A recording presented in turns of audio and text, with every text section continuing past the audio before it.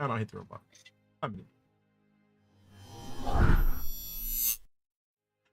Professional. Hashtag professional. No. Welcome to the Inforunners. I'm Execute. Good morning, good evening, good night, wherever you are in the world, citizens. I'm Execute, joined today by Algared, who's just got fresh back from school camp. Doesn't he look like fresh-faced and fancy-free? Looks like he's been through the washing machine. Freshly reshaven, so yeah. Oh, yeah. I'm knackered. Yeah. Absolutely knackered. Don't get a break with those little devils, do you? X said, "Oh man, you're hard to get a hold of. I've been trying to call you." Man, I got in last night and I hit the sack. I was gone. I'm not surprised at all. Yeah, my mum did a few school camps in her time as well, so I can relate to that. Oh, look, they're fun, but they're just exhausting. Yes, very much so. You know, so. All right, so we got a lot to talk about today, don't we? There is. You were telling me we've got the Idris, we've got the Idris. Yes, a lot of Idris. And we've got the Idris. So yeah, we've got. I think we might have some Idris stuff to talk about. We've also got the. God, what was it? I'll flick it over. Let's have a quick look. Let's take everyone over and we'll go through some of the stuff that I pulled up here. So we've got the date for CitizenCon. We've got the video contest for the Idris. We've got this page about the Idris and the event. We've got the competition. We've got some new launcher stuff. That's about it. Right. There are some other stuff we'll go over there, but that's about it for now. So, also we'll be taking your questions, of course. Oh, yep. I should try and put the bot up as well, shouldn't I? If everyone's well, though, the bot is up. The bot is ready to go. Right. Where is it? Main questions. There we go. And she's cooking. Ah, by the way, I did have talked to Mr. Peels. He's working on a new version bot, by the way. Yeah, the bot is going to be faster than before. He keeps every time he goes to work on it, he gets skewed off to another job, and so he just works on little bits in between. But he's got a lot of the features already working that we requested. So yeah, so look forward to a new bot soon, and he's going to be having us, AstroPub, and Space testing it. So look forward to seeing that on all of our platforms soon, hopefully. Yes, Lyrium. Where do you want to does make the BMM underpriced? Where do you want to start, Algared? All right, CitizenCon date. CitizenCon date? Let's see whether our information was spot on or how close it was. No, we were close, but I think they did move it, and I think there's a reason why they moved it. So admittedly, we were told about. Yes. So what we were told the 12th, weren't we? But I think the reason it's been moved to this date is for two reasons. It's the date it's kind of never really been on. It's either been the last week of the month or the second week of the month, and most of the time it's the second week of the month. But someone realized that the next week, so this week, the 19th to the 20th, is the 42nd week of the month, of the year, sorry. So you can see why they've done it, because it's 42. It makes a lot of sense. To me, that seems like more. Yeah, yes, exactly. just Yes, exactly. Just a little tip of the hat. Yeah, how you been? Tip of the hat. Yeah. So yeah.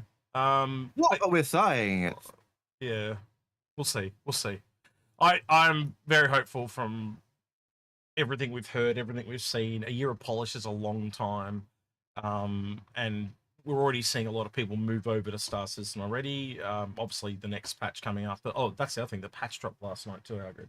The 20. Oh, what's it called now? I'll open the launch. 23. Well, you'll be able to see what I'm looking at, but everyone else won't be. So what is it? It is 22.1. There you go. Actually dropped. And yeah, so now the next big one will be the 23, which is all the squadron changes coming over also. Yeah. All those incremental 22 patches, they're just getting things ready. They're just adding little bits or just fixing up little errors. Yeah. So, yeah, absolutely. But it's interesting to know, like, everything else we've been told was spot on, like Manchester and stuff like that. I had to talk to Badgers during the week. He's already booked a room, so he's keen as mustard. And I've talked to a few of the other people we know over there, and that so we're looking at getting rooms booked and stuff like that. Yeah. Actually, while I'm on it, I will talk about this real quick. Actually, so the GoFundMe Algared is up to $503, which is I think that's really good so far. We've got to get to 7,800, but we'll just keep going and see where we get. And if we can get enough there to get at least one of us there, that'd be great. But if we can get there and get some equipment as well, that'd be really good. But yeah, we'll see how it goes. I'm very hopeful. I think the biggest thing for us is really one of the big things for us is trying to convert our studio or our studios into a mobile studio. Well, you and I were talking about during the week too, weren't we? So I've actually been talking to other people as well. I know a few people that do camera stuff in a few different ways, and one of the ones that you and I looked at, that person said it's probably one of the easiest ways to get it done. The only real problem with most of this stuff is the internet connection, because you've almost always got to do it through a mobile phone, and a mobile phone connection is never kind of stable. They ebb and flow because you're moving around and stuff. So it'd be really interesting if someone said it'd be really cool if you could actually tap into the internet connection at the place, but I don't see that happening with a 10-foot barge pole, because CIG would have it pretty much tapped, and then they'd have network security issues and all that type of stuff. But it'd be really cool if you could, just chuck some money to CIG's way. Oh no, maybe I'll reach out to one of the Galactica or something like that, one of the social people, community team. The community team, yeah, and just see if that could be a possibility, because it would definitely make it easier, not just for us but other content creators as well. So yeah, nice. Yeah, so Kobe Bright saying, oh, for the dono stuff, you should also offer like a donor reward for crew with you all when Idris comes out. Yeah, we've kind of done that. We did little ones. But if you've got any suggestions for rewards, yeah, by all means, let us know. So the first one there, if we get to 3,250, is I'll do a Lego stream. And you guys get to pick what I build, which is either the Back to the Future DeLorean or the Dune Ornithopter. And then the next one up is a personal stream with just the top 20 donators, with just me and Algared. And then the last one is we're actually going to invite the top donor. If we get to the last one, we're going to invite the top donor to actually stay with us at CitizenCon, so they can share the house that we're at for the week with us. That might be a blessing or a curse, depending on. Well, we don't know. It could be Algared's mum turns up and it'd be really bad. No. I don't know. She makes him work all the time. That's why it's so bad. She just puts him to work. She's a slave driver. Why do you reckon he's lost all his hair? Anyway. Students. Yeah, yes. Although I do say, you pulled it out of camp. I'm in perfect heads. Yes. Yes, this is true. I've got a perfect head. Yeah. You, unfortunately. So yeah, Algared and I did think about different stretch goals, but if you guys think of anything like small or anything like that, yeah, going out with us and playing the game sometime, that could definitely be a thing. I got no problem doing that. Interest with us, yeah, that's. Yep. So yeah, anything like that, I think Algared and I would more than happily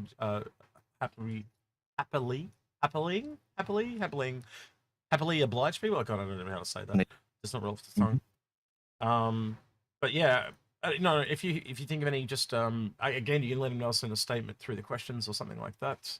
But yeah, okay, hang on, I'm gonna restart the chat because I think the bot is not working out good. Yep, the bot does not seem to be wanting to take those questions in, does it? Is there anything else you want to add about the GoFundMe before we move on, Algared? No, that was looking good. All right. Thank you. Let's go back to this week, the bot working. Because none of the questions came in. I thought they would, but they didn't. Hang on. No. I thought, oh, starting it, just bot saying I'm starting. Okay, it says it's starting. Yep, there we go. They're coming in now. Yeah, cool, sweet. So apparently we've only got two. We had a question in, just so you know, like the Jocko, your question has already been picked up by the bot. That you don't need to put it in again. Just so you know. Yep. So we've only got two questions in there. Again, these we will be watching ISC, but after that, once the questions end, stream ends. That's just how we do it here. So yeah, if you got a question, please get them in, because we'll just go. That's how this thing works. It's a feedback thing, with you guys. So yeah. If you're not, I really thought Dominus says, do a donation screen. Fight the Idris with you both. A donation? What? Sorry? Do a donation stream let's see, doing a nation stream, fighting the Idris with you both. So imagine. Oh, so like they join us, so us in the community fight the Idris. Yeah, we could do that. It depends. I don't know how long the event's going to run for, Agate. It might only run for a month and then they turn it off. You know, it is going to be like Xeno. It may be like, you know, the Siege of Orison or the Xeno threat. Yeah. Oh, your connection is bad today, sir. We're 15 minutes in and you've dropped twice. The camera's dipped twice. Really fun. It is raining here, so that could be part of it. Yep. What weather does to yes, it would. Signals and yeah, especially if yours is already dodgy, your cabling. But yeah, I've also got I was saying to Algared before the show too. There's also a local bar citizen they've organised in my home city, and there's people coming from all around the state to come. So if you are close to where I live, I guess, if you want to fly down for the weekend or something like that down to Tassie, I was looking at flights with Algared. It was about $230 return. Yep.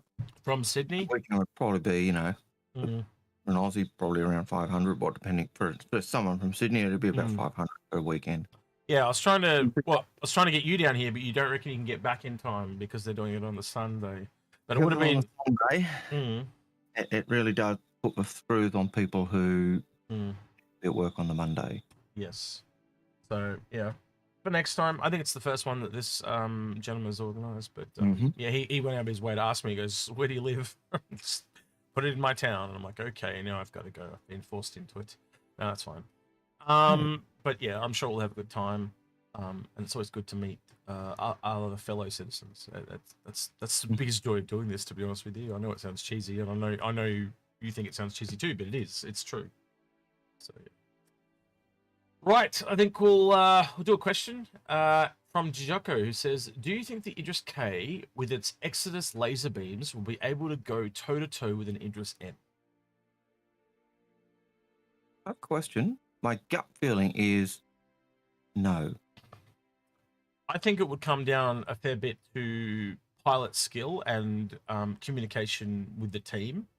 I would always say never, but statistically, I'd be with you and say, no, it can't, right?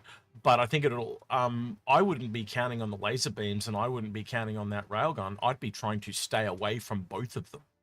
Yeah, it's the position that's going to win. Yeah, so if you can always, if you can always stay away from their front, it then literally comes down to crew skill. And you've relatively got pretty much similar guns at that point, you know, so... but you don't rule out your fighters either. You know, it's a sum of its parts thing. Like, you know, what's the other saying? You're as good as your weakest link and stuff like that. So it really depends. It's not a zero sum game, you know. Like, and I don't put the Exodus laser beam down as being inefficient or bad. No, I've always considered I would take the railgun off my Idris M and put the laser beam on, because then I'm not having to worry about ammo storage or running out of ammo. It's just it'll recharge. Again, if you get the laser beam on them and they can't get the railgun on you, you're going to have the advantage. Yeah. So there's, look at all the factors there. You got pilot, you've got crew, you've got communication, you got the fighters. Like it's there's too much there. It's too complicated. One of the big things that I already start to think that puts the M above the P is armor. The M is more heavily armored, and so we haven't seen that yet either, have we? Even if you're just using the other weapons, the M already has a size 7 turret on the front, whereas the P doesn't. And it's going to be how you equip and more armor, and so it's also going to be how you lay out your ship. Like, are you going to lay it out to take on the Idris M? Are you going to have anti-armor guns? Are you going to have, you know, like there's so many different points there. But statistically on paper, obviously you'd expect the M to be the victor. But again, like we've seen people, look at Moist Noodle. Moist Noodle flies around in Aurora and smashes people that are in like Vanguards and all that type of stuff. So it's a skill game. It really is a skill game. And it'll be the team that is most efficient that I think will win. You can have the shittiest turret gunners, but if they listen and coordinate, They are way better than, how many games you played out where there's that one guy that is the most amazing person you've ever seen, but he can't work with other people. And so therefore in a team game, I've seen it so many times, and he's yelling at everyone, going off his tits because he can't coordinate. He can't work with other people. The classic Kilroy Jenkins. Running by yourself, stuff everyone else up. And we've seen it in our own org too, haven't we, Agrid? Like, they used to run drills and stuff, all that, back in the day. I don't know if they still do it too much anymore. But do you remember? Like, they wanted to be organised. They wanted to be prepared. Yeah. Yeah, and and the people who did that all the time were very good, and those who were casuals weren't as good. But my gut feeling is it was too early to be worrying about that type of stuff back then. Like, we're talking 2014, 2015. And you'll be able to upgrade the P into the M, given time, rep grinding, get the railgun, get the extra armor, that type of things. And much like armor, I would, you correct me if you think I'm wrong here, Agrid, I would assume there's advantages to not having armor as well. Like, you probably have better SCM speed and stuff like that, or especially in atmosphere, you'd definitely be more maneuverable in atmosphere. So you might drag the Idris M into a more more beneficial location for yourself. Yeah. Even originally, that the Peacekeeper is supposed to be faster, supposed to be more agile. Yeah, and that's partly because it's not carrying as much weight. So it sacrifices its armor and its big railgun and all the rest of it to make it able to go faster and do those types of things. So it's not just this one's going to kill the other one. It is. There are lots of other little bits and pieces that come into that equation. So yeah. All right. Chris has a question. Oh, hi, Mr. Roberts. No, that's great. He says, the BMM is supposed to feel... the BMM is supposed to be fast and armoured with a pair of size 8 guns, numerous other turrets, and a hangar. If a BMM is turned into a warship, doesn't it make the Perseus overpriced? Oh, this is a really complicated and long-winded way. So I'm going to try and do it as quick as I can. But long story short, that ship was originally $250. It was essentially what the Raelian is now, right? And it has essentially grown into, and me and Agra did an episode on this, what we believe it to be. There was a concept for the 890 jump that had 3 shops in it, like a shopping mall. And basically the 890 jump is almost identical to the 890 jump. Now, if you lay them over the top of each other, they almost are identical in size. And it happens to have 3 shops. So essentially, what we believe has happened is, you correct me if I'm wrong here, you just stop in and say, no, that's wrong. But we essentially believe that has become that concept, but it's become Merchantman because of the name.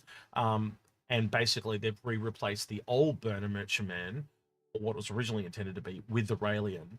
And so some of those things won't exactly be the same, because obviously it's gone from a ship the size of the Raelian to the ship the size of the 890 jump. So you're obviously going to lose some of those things where it probably isn't as fast, because, like, for example, Agrid will tell you the 890 jump has bespoke engines that make it the fastest for its size, does it not? So you would expect it's supposed to be what the selling points of the 890 jump are. It's a ship to run, which is what we've always said about Origin ships. Yeah, so taking that, you would expect it wouldn't be as fast as the 890 jump, but maybe it's the second fastest ship. We don't quite know, right? So what you have to look at is that it was originally intended to be this, and it's now this. So a lot of those things are going to change. It's also been reconcepted twice to this point, and now that it's been kind of put on the shelf, I wouldn't be surprised if it kind of gets some tweakage again, Algared. I don't know how much they can take of what they've already done and keep going, or what'll happen there exactly. But you know what I mean. Like it's going to need more work on it at some point. And I think part of that will be, okay, is the design language we're doing for the Banu going to get we thought, or are we going to change it even more to push it in that direction we want? In terms of if the BMM becomes a warship, or if it's turned into a warship, it was always a warship. It was always a militia ship, because wasn't it of like the original idea. It was everything, wasn't it? It was everything, because it was a Banu family ship, and the Banu didn't have a navy. They didn't actually have a standing navy. So when they had the word they standing used, coast, sorry, I think they would all band together with their ships. I know I'm interrupting you, but the word they were used, I believed was generational ship is what they called it. Yep. Yeah? Yep. So it would be passed down from generation to generation, which was the idea. If you got hold of a Banu merchantman, you got an absolute, old, very loving and cared for ship that had been passed down from age to age. And that in itself would mean every Banu merchantman could be slightly different. That's why that's actually why I jumped on it in 2013 when it popped up for one day and they said this ship will only ever be available once and for one day. What a lie that was. But that's why I jumped on it, because I was like, well, I've got a Starfarer. I'll melt the star, because back then you could just change into anything. So I just I melted my Starfarer and then added an extra $100 to it and got the actually it was an extra $75 and got the Banner Merchantman, and then a couple months later I bought back the Starfarer. But that's why I wanted it, because it just sounded so rare and unique and different. Well, that's gone out the window now. Every Top Dick and Harry's on, but I think the idea that it was that generational handed down ship, I think there probably are a few out there like that. Yep. Will we see them? I don't know. Will we see that in ships that are purchased by Bill? Have no idea. That'd be really cool. The people that brought it on the first day in 2013 get like an original. Everyone else gets an Asperia one. No, we don't get an Asperia one. We get one that's been manufactured by the Banu for the human market. You know what I mean, though. Yeah. I think the way it'll be is they're actually not what we get are the ones that are built for the human market, basically. Agreed. Much like the Defender is too. That's much the same. Like the Defender is. So I think that's how they'll get around it. I'll just say, the Banu just, hey, you guys like our shit? Fine, here you go. Yeah. Oh, you like our we'll make one for you, and we'll just flood the market. But so I hope that answers your question, Chris, because it is a very it's 10 years. It's over 10 years. We're going to 2024, so that's over 10 years of this ship being in existence. That's 3 times the time you wait for a standard game back then. So it's probably got more depth and breadth than almost any ship in the game because of that, and because of the biggest change it's gone through and the cost. But to get back to the other thing he asked was, does this make the Perseus overpriced? I don't think it goes toe-to-toe with Perseus. I think it is more a generalist. I think you would agree with me on that, Agrid. Yes, it does have some guns, but it's so big that I don't think it could outmaneuver a Perseus, as an example. Yeah. Look, I think the Perseus is a smaller ship. So it's got so I'd expect it to be faster than BMM. Mm-hmm. It is a dedicated warship as opposed to a militia ship. So, yes, compared to the prices, I would say the Perseus is overpriced compared to a BMM. But they're also totally different classes of ship. That even the role and the purpose of those ships is different. One's mainly torpedoes, one's mainly laser cannons. One's got size 7s, one's got size 8s. Neither of them are torpedoes. I'll just add that to it. Perseus. I'm sorry, I'm thinking Polaris. Yeah, I knew exactly what you did as soon as you did it. So I'm just think because it's got a hangar, and I'm thinking, that's Polaris-y type. So that kind of shows you. We've always said the Perseus is overpriced. So, but look at that. If one doesn't run circles around the others, there's a problem there, right? So obviously you've got size in your favor for Banner Merchantman, and you'd expect it to probably have better guns and more armor and stuff. But again, this thing you'd expect it to outmaneuver it. 100%. Yeah. So the different classes of ships. Now, if you took the Polaris or the 890 Jump, there you're getting back into the same type of size class, right? Because the Polaris is twice the length of the Perseus, essentially. So yeah, I still think the Polaris is a smaller class of ship than the BMM. I think the BMM is close to a almost Idris-y. I could be wrong. That's just my mental thinking. Is that? Let's have a look. I don't know. I tend to think you're wrong, but let's have a look. I'm happy to be wrong. Like I'm saying, I see the BMM, the Idris, and the 890 Jump kind of being together. Well, that's how you learn, don't you? So let's have a quick look. And I see the Polaris and. What was the last one you said? You said Idris, didn't you? Idris. Yep. So we'll just chuck the M in there for shits and giggles. All right. So do these 3, and then we chuck them in here, and then load. All right, so we've got an Idris. Yeah, I'd say they're kind of on par. But yeah, but like, look at that. Yeah, you know, that's a little more than I thought it was compared to the BMM. I would. The Idris was pretty much on par. Yeah, I think this is a lot fatter though. The other thing that you got to do though when you do this, I'm going to just pull the Polaris out, right? Is you actually have to do this as well. This is where it gets really tricky. You have to actually go side on as well because that changes everything. Because now all of a sudden it does put it on par with the Idris. But here the Polaris is definitely not on par with either of them. No. Yeah, and Polaris isn't really on par with the 890. Damn. Yeah, I'd almost say the 890 is like in the middle. Yeah, that's kind of weird. Like I thought the 890 jump and the BMM were closer, and as you were doing that, I'm thinking, oh, the 890 jump's significantly smaller. But as you put them up, I was thinking 890 is an Idris. It's an Idris size ship. It's a capital ship. Yeah. It's the BMM capital ship. This is what's so good about Hangar Link is you actually get to look at these ships on different angles, and like I think we're so used to seeing them from above in all these ship scale images, but being able to look at them at different views is really important. Actually, I reckon I did talk. I should actually recommend a Grim if he pops up in chat, I'll tell him. But he did that YT ship scale image thing for me, where he got all the ships and did it from above. I'm going to actually recommend he does one from above and one from side on, because I think that, you know, some ships look real, like Santoki or Akatoa look really small from above, but from side on it changes them completely. So yeah, no, it's interesting. Even front on can make a difference as well, you know. So it really shows the shape of the Idris, though, doesn't it? It's not boxy at all, but like it really, in a lot of the shots, it really does look like a flying box in a lot of ways. You know what I mean? Like they always show it straight on with this big nose, but like from side on, it's very organic almost.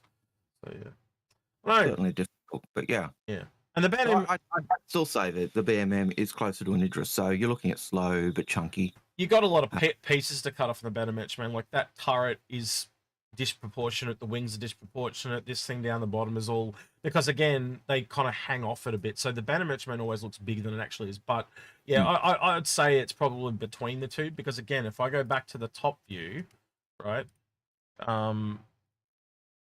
it's not as wide, right? It's quite like, it is in parts but not in others. You got to remember, like that these are wings here, so it's probably only, you know, it really is. It looks almost identical to an 890, but then when you look at other angles, it. So I said it's between the two, but that's kind of cool. You want them to fall between each other. You don't want them to. Certainly not a Polaris size. No. And that's why I was thinking, oh, he's talking Polaris, you know, and asking, is the Polaris overpriced?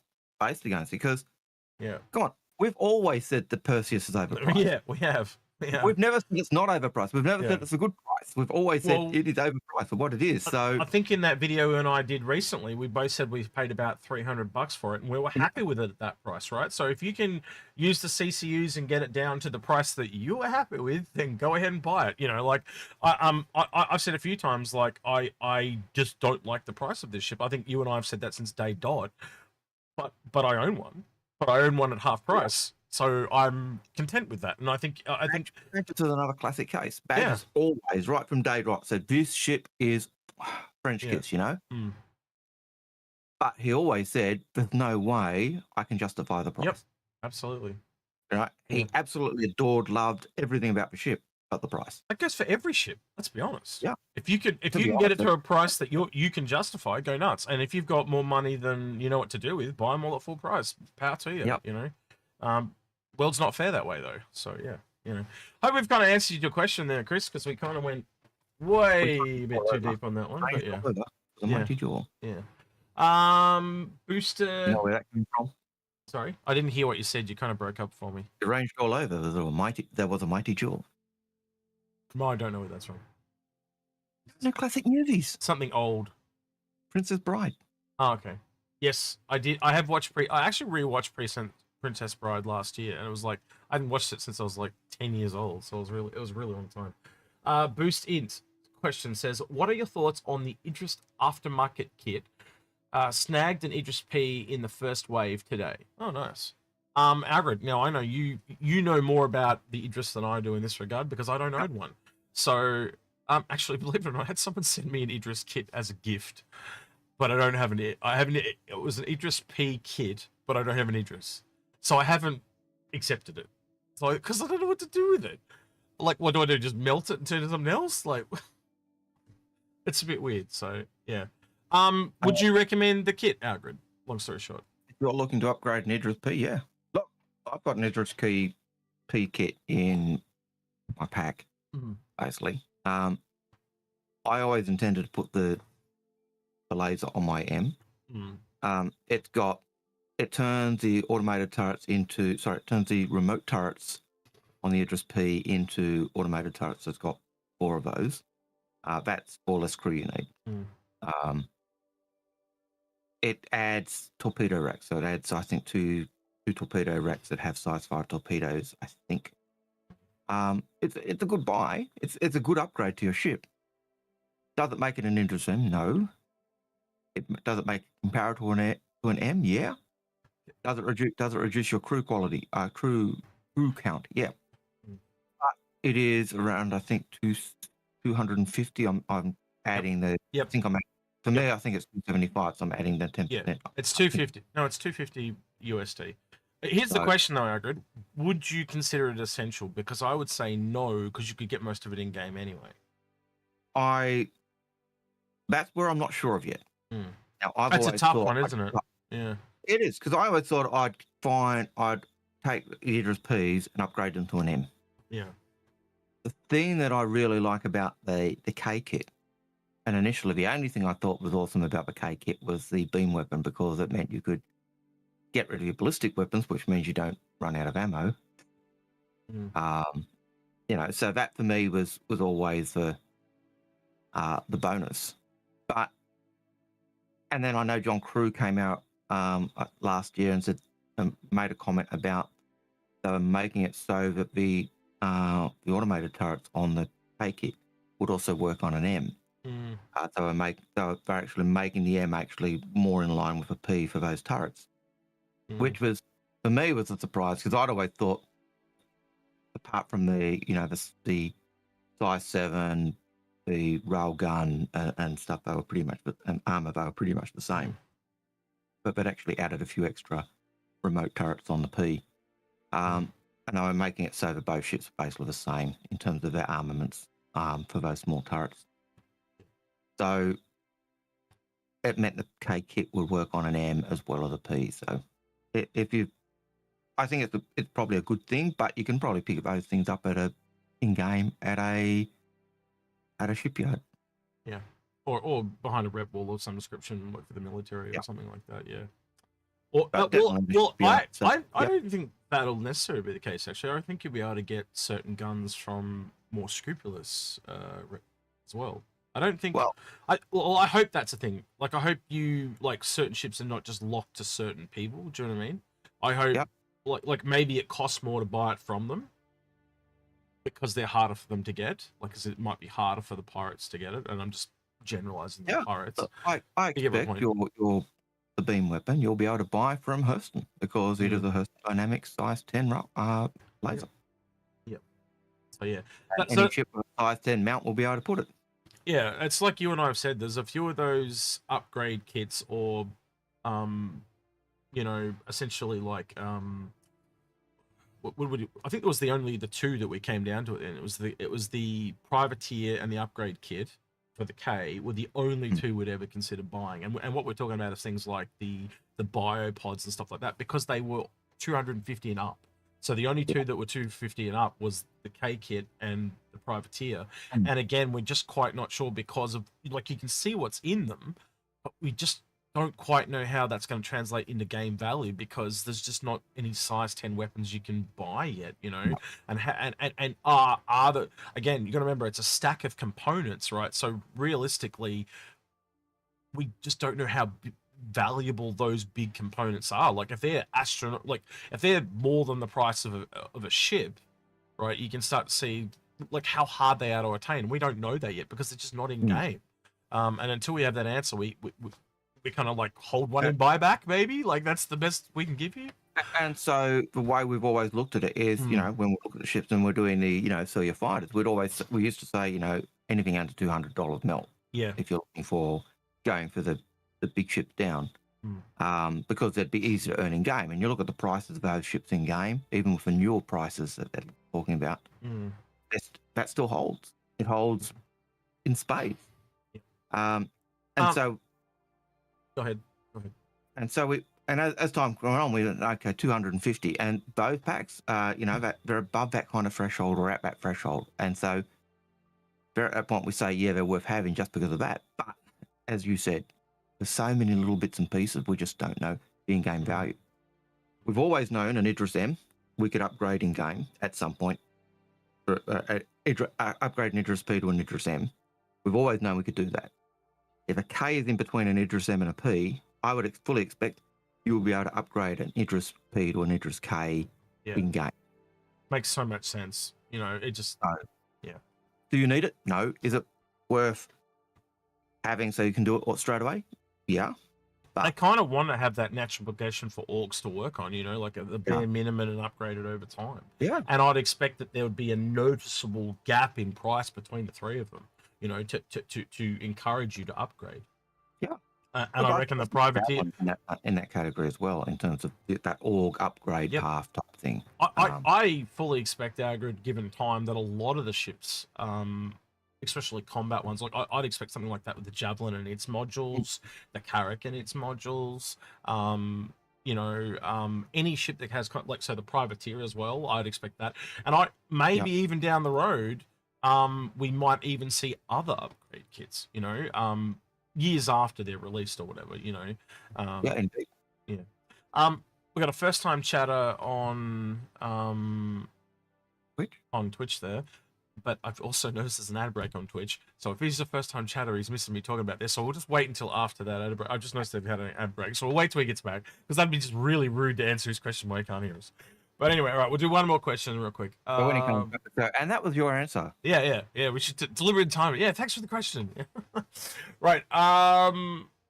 Jock Cop says, what is the minimum scraping by number of players you think it'll be able to crew at Idris, even if it's not at full capacity? What does the Matrix of Lies say, Algared, on that? Matrix of Lies says 8. 8 from memory. 8 to 24 is a crew count, I think. And I haven't looked at it for a couple of weeks, so if I'm right, I'm woohoo. Yeah. So I think it's about 8. And I think that would have to be probably with that K kit as well, because that adds a lot of automated turrets and stuff like that. Definitely makes it easier to do so. Double check that. But yeah, I don't know. Like you wouldn't be running with fighters doing that. You would, like, and when stuff starts to go wrong, oof, That was the crew count for an Idris, was it? Yeah, that's what I was asking. All right. So for both of them, the minimum crew count is 8. Maximum crew is 28. I was out by 4. So I would say, probably 8 people. Yeah. Right. It would seem reasonable. I hope that answers that for you, Jock Cop. All right, so we'll get on to this. There's a first-time chatter here, Mr. Delco. He asked this question before, so he might not even be here. But he says, hello, gents. What do you guys do for a living? So, Algared, you go ahead. I'm a teacher. I trained in history. I currently teach language. And I just do this. I don't do anything else. So, yeah, but I've had a few jobs over the years. I was a game developer for a time. I ran an internet cafe for a while, and then I was a stand-up comedian for a couple of years, and then I had some personal issues, and it all went to shit. And then then this game popped up, and I just kind of took what I knew and went into that. That's where I am. So, yeah. Hope that answers that for you. Do you want to watch ISC now, Algared? We've had that awkward conversation. Since come on, you up for ISC, or what do you want to do? Is it up? Oh, yeah, it came out. It came out before our regular time yesterday. They've even got the QNA. Of course. I keep forgetting. Yeah, we're a day behind now. We're all out of whack. So yes. I'll have to. Right, I'll catch up on some more sleep. All right, here we go. Wait, let's have a look at it. Where is it here? So it's called Masters and Blasters. Now I haven't watched this, and I know Algared hasn't watched it, so on camp. now I've got to turn the sound thing off, don't I? I always forget this, so I'll do it one thing of it. Otherwise, people will be complaining. I can't hear. Oh, no, it was filters, isn't it? Filters. Yep. Turn this off. All right, here we go. Let me know if you can hear the air conditioner because I got the aircon on as well, and I'll turn that off if it's a pain in the ass. All right, here we go. 3, 2, 1. While Star Citizen aims to offer a first-person universe of possibilities, at the center of it has always been you and your spaceship. And over the years of development, testing, feedback, and iteration, there have been many changes to the combat and traversal experience. And in the upcoming Alpha 323, the biggest and most anticipated of those makes their presence known with the arrival of Master Modes. And with that comes additional changes to precision targeting, weapon balance, gimbal use, and more. What are Master Modes? So Master Modes is a way for us to really kind of capitalize on what the ships are.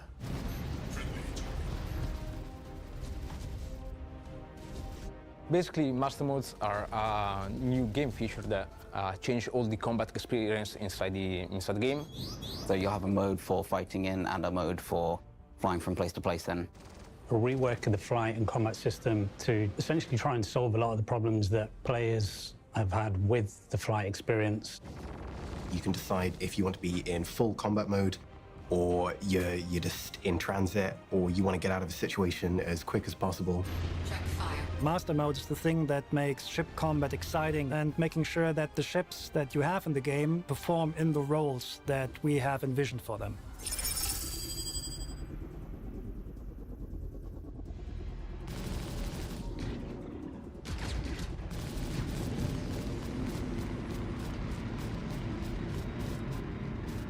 Since CitizenCon, we've been bringing Master Mode into Arena Commander. Progress has been quite good, showing off the new modes and letting people get their hands on it. Collecting the feedback, seeing how players respond to that online, by monitoring how players react on social channels. We've been testing internally a lot. It's a very limited selection of ships, but even so, people seem to like it. So we've taken that feedback and carried on making progress and adapting it all to the rest of the ships as well. We've been watching how players play the game, monitoring analytics, putting it all together and sharing it with the devs who need to see it. How the hell do you go about converting 200 ships to vehicles? Unfortunately, there's only really one way to do it, and that's to not get too intimidated by the number. A team effort. We're just cracking through it, really. The difficult part, of course, especially as a designer, is try to understand the new game dynamics that the game system creates, especially in an environment like the PU, and then try to being able to deliver the proper game experience for every ship with a different tuning. And that's quite difficult, but that's also what is really interesting about bringing up a new feature. So we're moving each individual ship into an archetype, and we're going to rebalance that ship to the archetype as a starting point. And then basically, once that's complete, we're going to add the individuality into each ship. Each ship has been given a full refresh, and we've looked at every ship in the game, assigned them a base archetype so that you know what you're getting into from the get-go.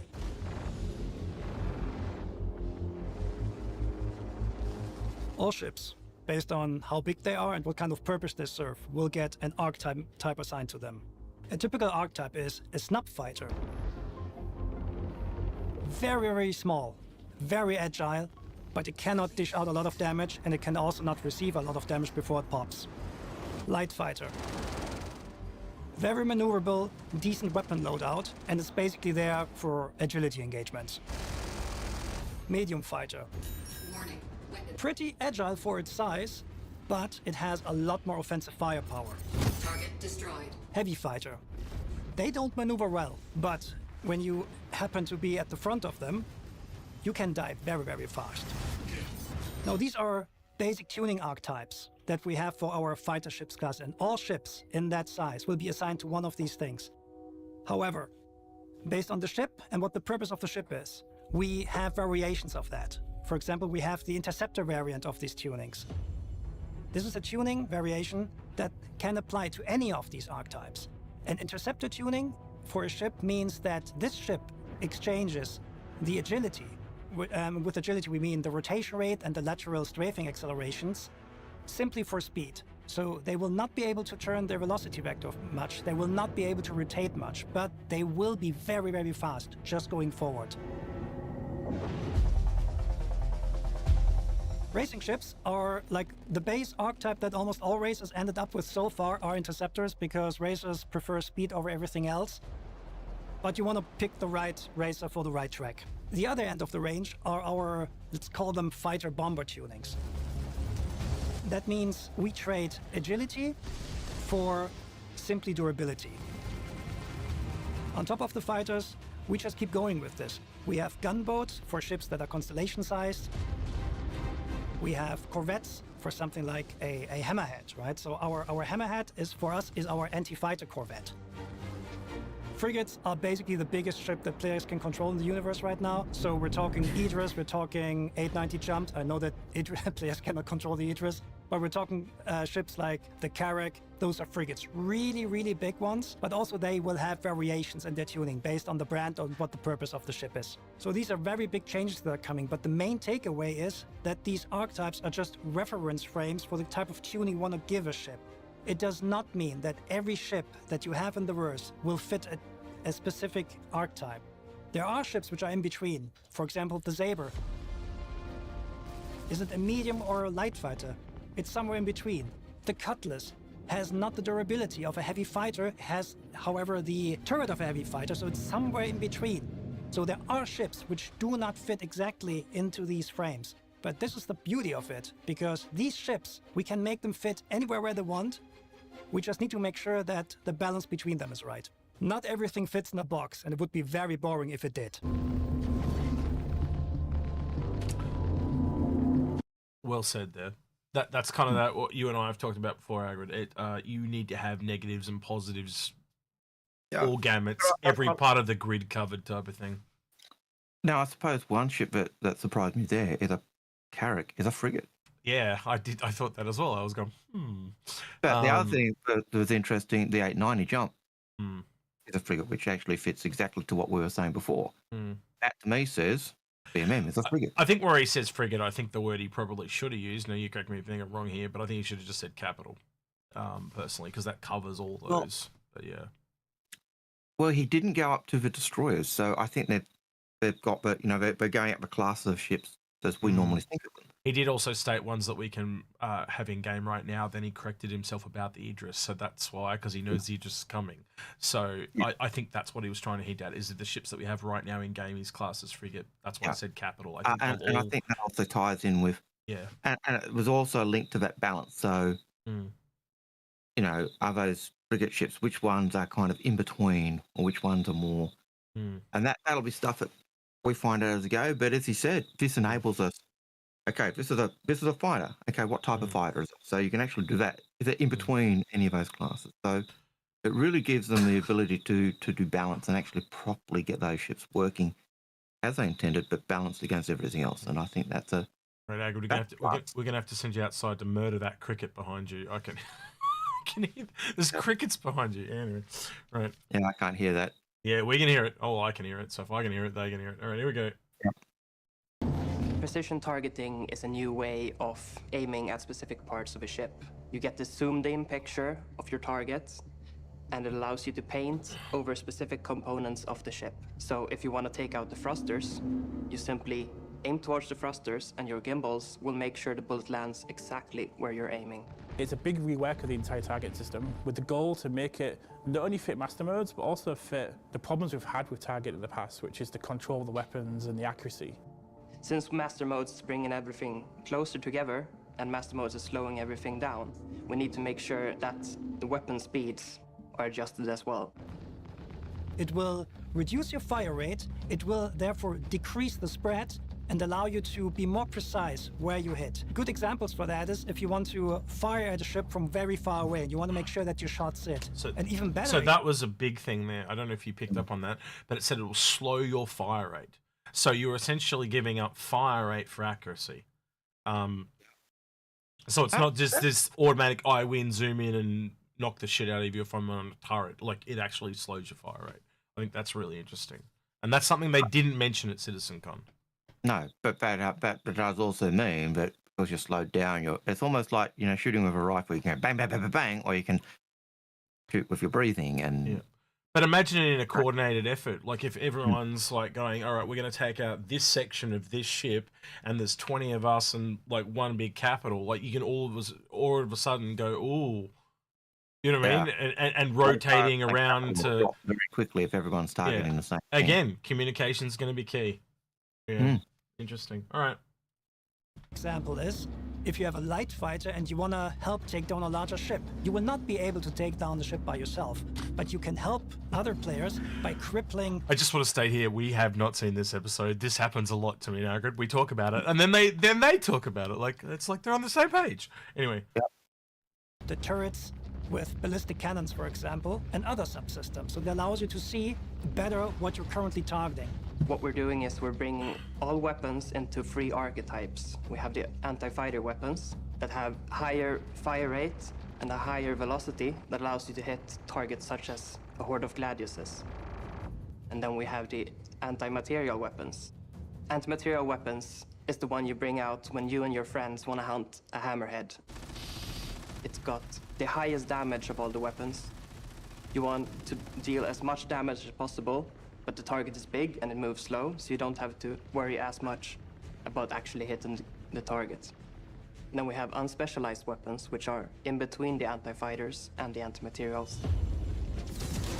So this is better because it gives you a lot of... So does that mean because they're in between, they're going to be more versatile? That's what I'd like to know, Algared. Yeah. That's what it sounds like, isn't it? If I'm just shooting my weapons at, because, you know, the big ship and I want to be able to hit it, okay, fine. But if I'm targeting their components on that big ship, I'm actually zeroing in.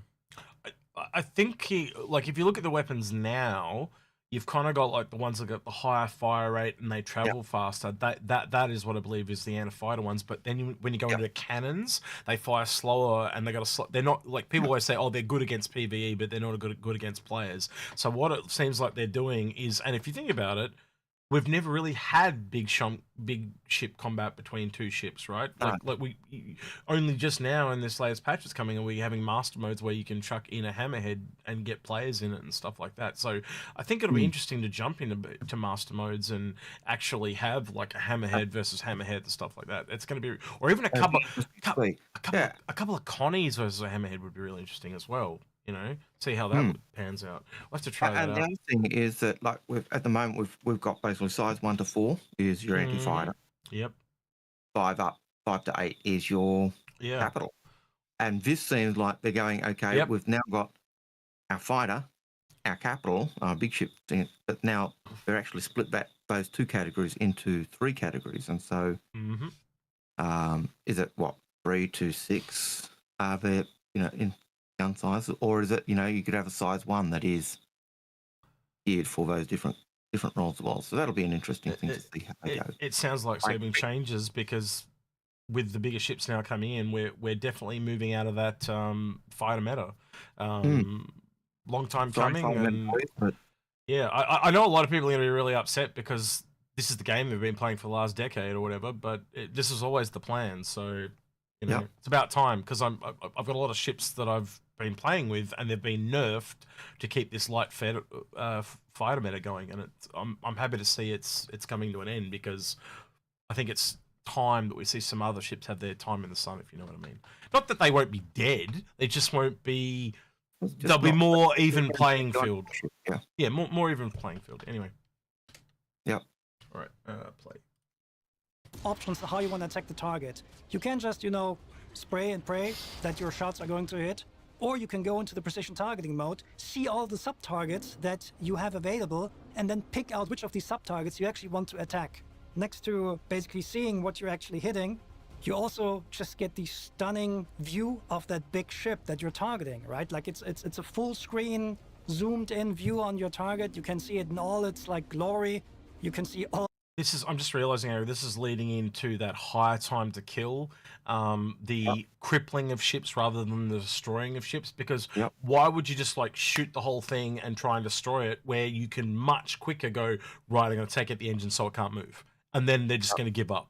And then it's just fly around and take it down at pleasure. Yeah. And this also ties into that whole idea of we've spent so much time building the ships. We want you to see the ships. So, yeah. Well, it also leads into the piracy as well. Like, you know, like you're not going to want to kill people and get a really bad crime stat, but you know, you might go, right, well, we're going to take half your cargo or whatever. But like that's that thing, Algared. Like you've mentioned this before. If they just come in and they go, we want all the cargo, you're going to detonate the ship. Like you are. So the funny thing is there's a politics to this. There's a what do you call it? A middle ground. I'm trying to think like where you've actually got to debate and communicate and find a middle ground in a conflict, no less, which is kind of interesting to me because it's going to.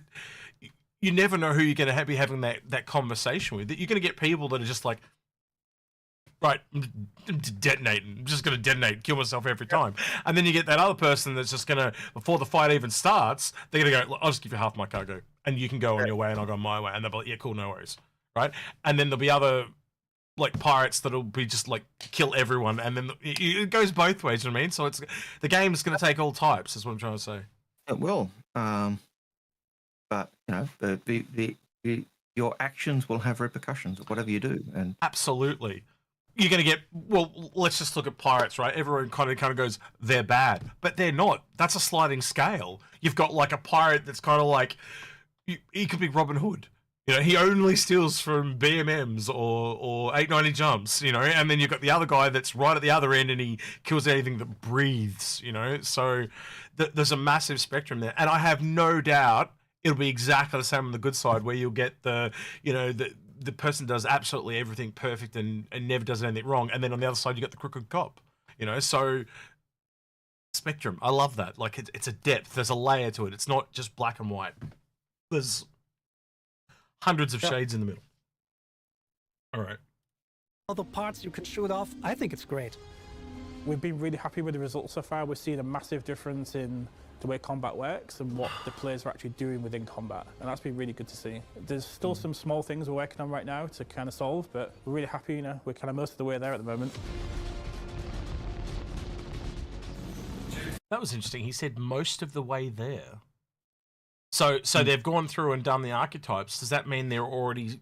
If he says most of the way there, what would I would say over 50% to 75% is most of the way there.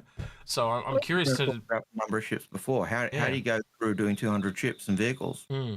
Working at it. Well, you'd break it down into groups like they've done, and then start to refine into those groups. So they've put everything into those. What I think he's mentioned 5 different ones. So 5 different sizes, and then you'd go into another 5 groups within that, and then down and down and down until you eventually get to all your individual ones. You break it up. That's how I'd be doing it, and it sounds like that's how they've done it as well. So yeah, but they're further along than I thought. If he's saying they've already got most of them done, and even if it is for a couple of patches where, let me put it this way, the entire Constellation series is exactly the same, and then you know over the next couple of patches they thin them out into their own little things. I'm cool with that. You know, if it takes a couple of patches to get everyone into their little own niche. That's still pretty cool. So I reckon that's kind of how they'll go. They'll get most of them to a happy medium, and then over the next couple of patches, really dial everything into its own little spot. Don't you think? Yep, and I think they want to bring master modes in when they've pretty much got everything done. So it's not just one ship or 2 ships doing it and being able to pick up components really is, whereas other ships don't have that ability to either defend themselves or run or whatever. So if we're talking, you know, if it's coming in our next big patch and or in the next big patch coming, yeah, I think they've got to be almost ready at this point. I just had a really weird thought, and I was thinking about different ships and how you can kind of zoom in on the different materials and the different segments and stuff. And for some reason, I thought of the whole sea. What if you can blow off individual cargo boxes? Can you imagine that on the Raelian as well, like blowing off the pods and stuff? Like, can it get that detailed? Can we scan a box? Like, I'm not talking now, but I'm talking like eventually, like the end game. Can I scan a box and see the content of that box and go, that's the most valuable box on that entire thing? Can I target that and pop it off, or one behind it or something like that, so I can pop it free? You know what I mean? Like, that'd be really, I don't know. Well, the other thing that it's a bit, you just talking about that made me think is, will I be able to target armor plating? Yep. Target armor that particular point of the armor and make that appear. I think you'll definitely be able to target armor, but like individual cargo boxes, I'm not too sure. Because again, think of a whole D where it's got like, what is it? Like it's got some insane amount of cargo. I'm not even trying to remember the number. I know it's insane, but like, yeah. Well, imagine shooting a torpedo into that and it all breaks off. Like, can I target the magnetic? Yeah, the thing that controls the power of a hull C, and the power turns off, and they all just float off. Yep. Wow! Can I neutralize an arm and make sections of the magnetic clamps fall off? That's man, the gameplay starts to get out of control pretty quickly. Can I on my ship make certain magnetic clamps turn off so that things fall off anyway if I'm trying to flee? Does reducing the cargo I'm carrying, is that going to make me go faster so I can flee faster? Yep. So that's an interesting thing with the whole C. If you somehow manage to get the cargo to fall off, like with any of those means we just mentioned, chances are the whole C is just going to go. It's just going to leave, and you're just left there with all this cargo to pick up. That could be insane. Like just we don't kill them. We just hit that particular area. The cargo falls off, and they're like, you got me with my pants down. I better leave, and they just go. Yeah. Like, could that be inherent weakness of whole Cs? Most people, if you attack a whole C, you blow up, you disable one arm and a whole C, and all the cargo falls off of that arm. That's probably more than most pirates would be able to pick up pretty quickly and run away with. I know. So there's always that aspect as well. The time, not only time to kill, but time to recover. Yeah, there's a lot to think about there. All right, let's keep going. The next big thing that the new aiming system has is the removal of the so-called N-1 system. That means that when you have a gimbal attached to a ship, the weapon attached to the gimbal goes down one size. At this point in time, after like lots of testing, we're pretty confident that we don't want the system anymore. So in the future, if you have a size 3 gimbal on your ship, it will carry a size 3 weapon. But we're actually going further with this, because from 3.23 onwards, you will not be able to mount fixed guns on your ship anymore. In addition to that, all the turrets, however, will get gimbals. So this is a requirement because of precision aiming mode, because the precision aiming mode we also want to be able to use on turrets, and we need a way to make the bullets fly where we want them to fly without cheating. So this means all turrets, they will get gimbals on their guns so they can properly lead. But to still keep turrets more powerful in terms of their weapon employing capabilities, and also because turrets cannot just, jump out of the way, the auto gimbal mode will be something that's exclusively available to turrets. So pilots will still be able to manually gimbal their weapons with, either tying it to the controls or by looking around. But only turrets will be able to use the auto gimbal system, because turrets are supposed to be very, very dangerous. And so players just have the choice how to apply the damage the best. However, because auto gimbaling is also in an assisted mode, it will come with a reduction in fire rate, just to keep things fair. So the feedback, it has been going pretty well. We've been really happy with working with the community who's been playing this to kind of fine-tune it and make the changes needed, and we have made a lot of changes based upon these feedback. Most of the feedback that we've been getting has been pretty positive around squadron battle, where there's some pretty good group combat dynamics players are reporting positively on. There's some really cool gameplay emerging, such as how players evade now is quite different. You have to drop chaff, break your target lock, break away, find your opportunity to break away from your pursuing ship. What we can see at the moment is that players are very happy with squadron battles. Players are not very happy with the 1v1, so this is more an area where we have to improve. Of course, there are some very detailed feedbacks about some tuning choices, how we should make some type of archetypes better rather than not. But in general, it's going to be mostly appreciated. The players are really enjoying the different roles that we've got. The interceptors are quite successful. There's been some pretty good feedback around the Buccaneer. We've probably still got a little bit of work to do around the Lightfire class and 1v1s, but other than that, it's been pretty good. It means you can stay closer. You are much more in control of staying in a closer formation with other people that you're playing with. When we do our regular play tests, we can actually fly in our own version of a formation, and we can track targets without being several kilometers off each other. That's your version of a formation. Our version of a formation is generally, if we can see each other still and we're not accidentally shooting each other, I'd consider that a good formation. I'm not sure that's the textbook definition of formation. I can see you and not crash into you. That's not a formation, Josh. It's a win if at least 2 of the 4 of us manage to make it away in one piece without any friendly fire incidents.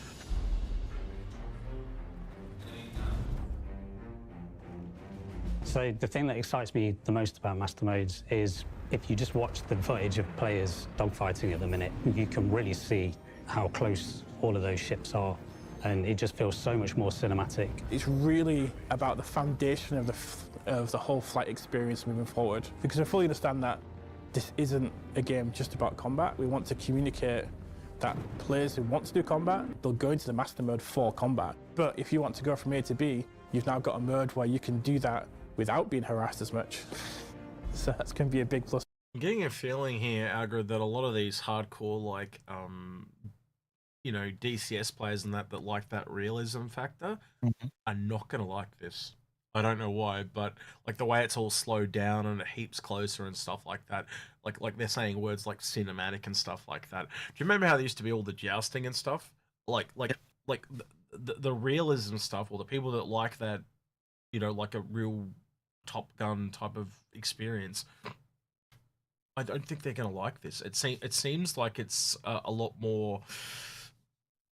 I don't know. I'm gonna have to play it myself a lot more, but a lot more arcadey and stuff like that. I don't know how the hardcore community is going to take this one. So it'll be interesting to see where it pans out at the end of the day. What do you think?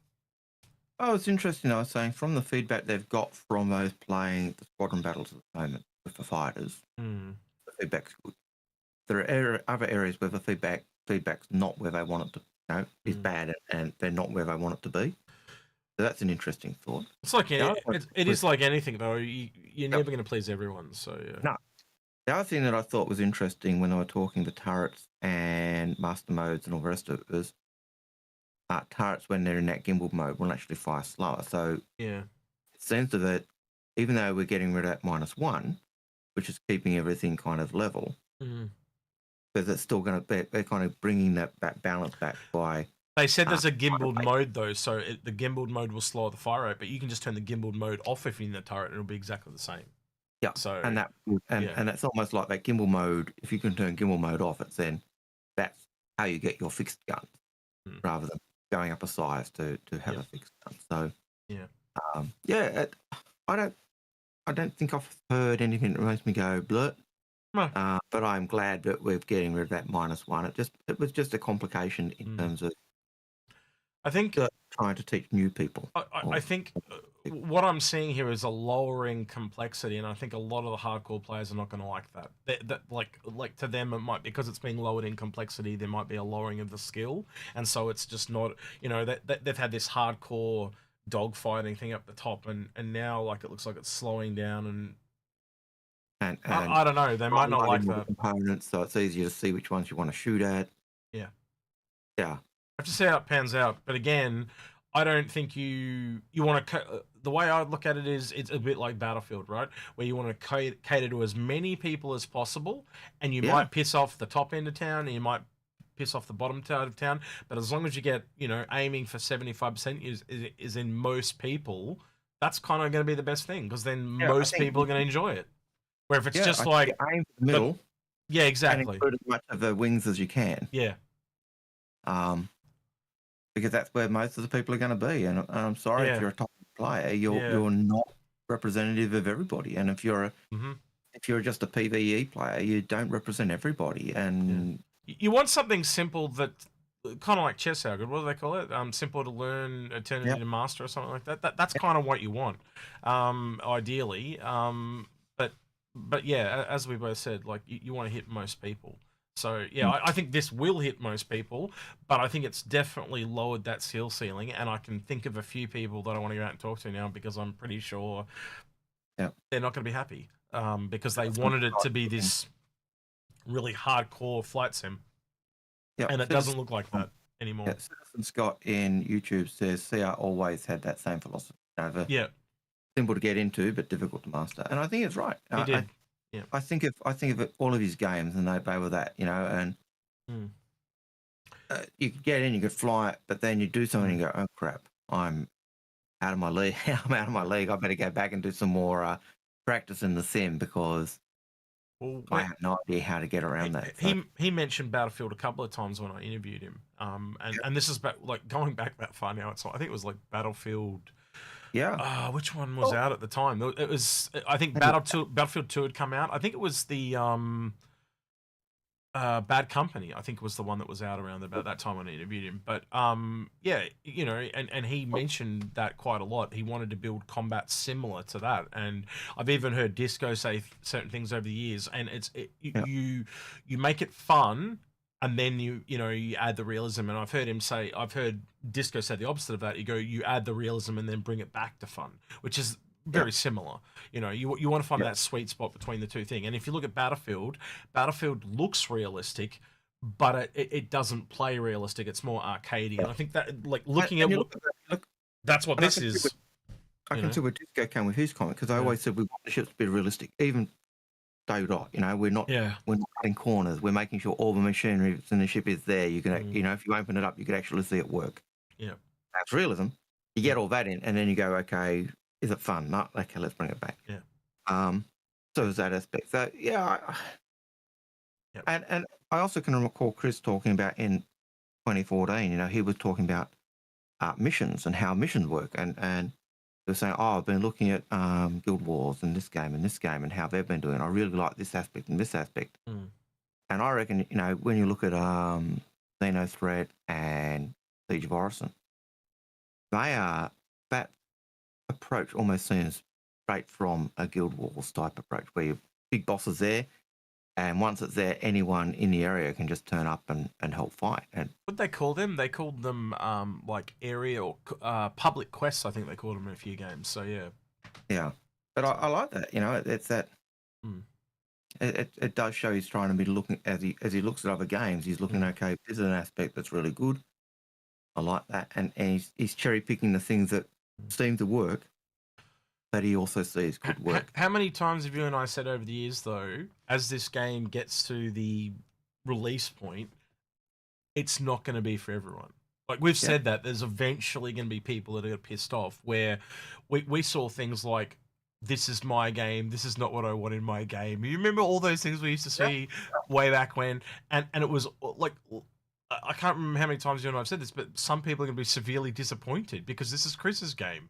This is his vision, and that's what we're getting. So, and you always wanted to look towards Chris to what he was building. And I remember Chris would say one thing and someone else was saying this is what they wanted, and you could see they were setting themselves up for disappointment. And you'd go, oh, well, I'm sorry. This is Chris's game. Look, I know for a fact, 100%, there are going to be aspects in this game, in Squadron 42 and even in Star Citizen PU, but I hate. I know. Okay. There are going to be elements that I really don't like. There are going to be other elements I absolutely adore. Yeah. So Citizen Scott's saying that he reckons the skill ceiling is too low now. I don't agree with that. I think it's quite high at the moment. Like, you need to kind of know some pretty advanced flight maneuvers, like really high level dogfighting stuff.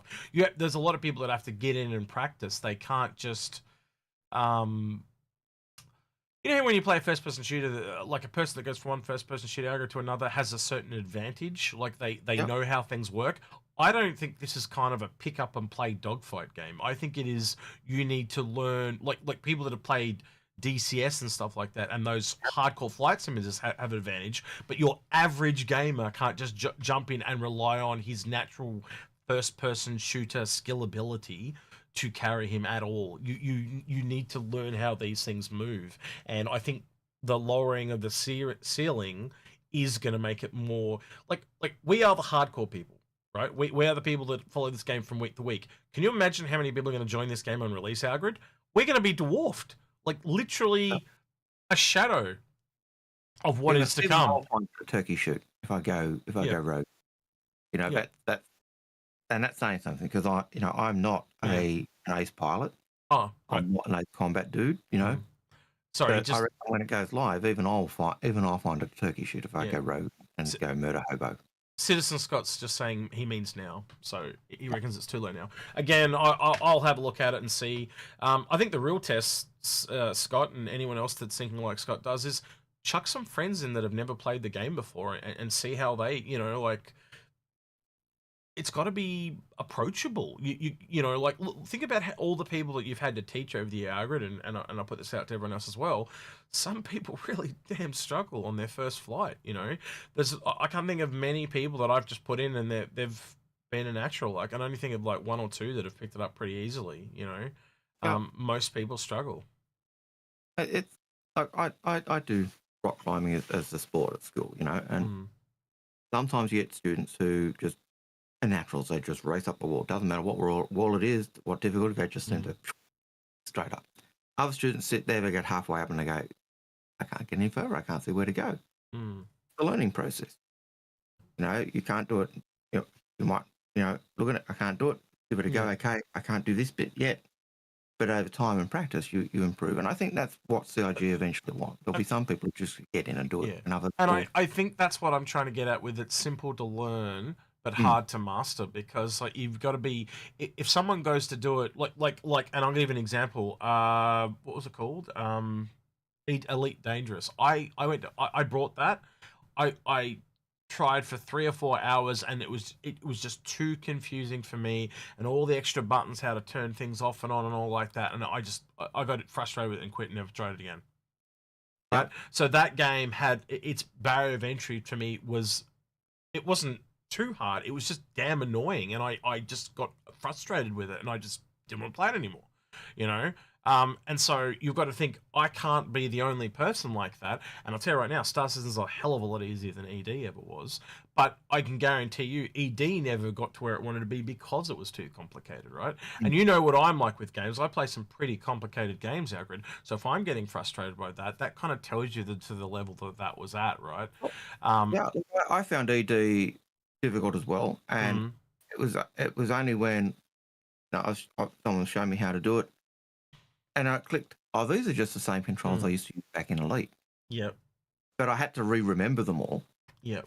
But it still and just didn't feel right for me in the end. It was like the very 80s. That complexity will be appealing for some people, right? But let's be honest, vast majority, again, if you're trying to aim for the biggest group possible, you got to lower that ceiling. And that's not, I'll say it now, I'm not bagging out Elite Dangerous as a game. It wasn't for me. In the end, I actually was really looking forward to Elite just because I'd played it so much in the 80s. I don't know. Same as I played Wing Commander, and I was looking forward to both of them. And like anything, Algared, they're going to test this and see how it works, and they're going to try and test the water, get feedback from everyone. They will adjust it to fit the biggest group possible. I have no doubt of that, and I think whatever they end up going with, I think it'll probably be. Let's be honest, it's going to hit the biggest group of people possible, and that's kind of what you want to make the game. And that's what we're going to aim for. And I just think every game there'll be things that appeal to people and things that won't. Yeah, and if this form of combat's not in it for you, then maybe you have to find a different form of combat or a different form of profession. But it's going to disappoint some people that have been following this game for 10+ years, and all of a sudden it's not the game that they remember. It's going to change. I have no doubt we're going to lose some people over this. They're going to move on to DCS or something else because all of a sudden that thing that they've been doing for years and years and years has just been nerfed. That's unfortunate. But we saw this coming, didn't we, Algared? We've been saying it for a while, I think there's got to be the balance of I think you want the game, any game you play, I think you want it to be easy to access, so anyone can kind of get in and use it. But then you also want there to be that level of learning difficulty, but the process of becoming better, and and I think part of it is just knowing your ship. Well, there's also the movement as well of your ship still. Like, can you outmaneuver someone? Knowing all the different weapons, all the different ships, the weaknesses of every ship. So there's a knowledge base as well. Like, I think there's so much in this that'll give you an edge in many different areas. But that core flight thing, if it doesn't work for some people or the feel's not right, they will move on, unfortunately. And that's up to them. But yeah, I'll just come back to it, Algared. As I said, like you and I have been saying this for a while. Like people have been setting themselves up for disappointment, and this light fighter meta, so to speak, that we've had since the beginning was never going to last forever, because even just like you and I have said, I think we said this earlier this year as well, as soon as armor comes in, that just changes the whole light fighter meta right there. But then you know, we're right on the brink of things like the Polaris coming in and the Idris and a few other ships in the next 12 months, say, for example.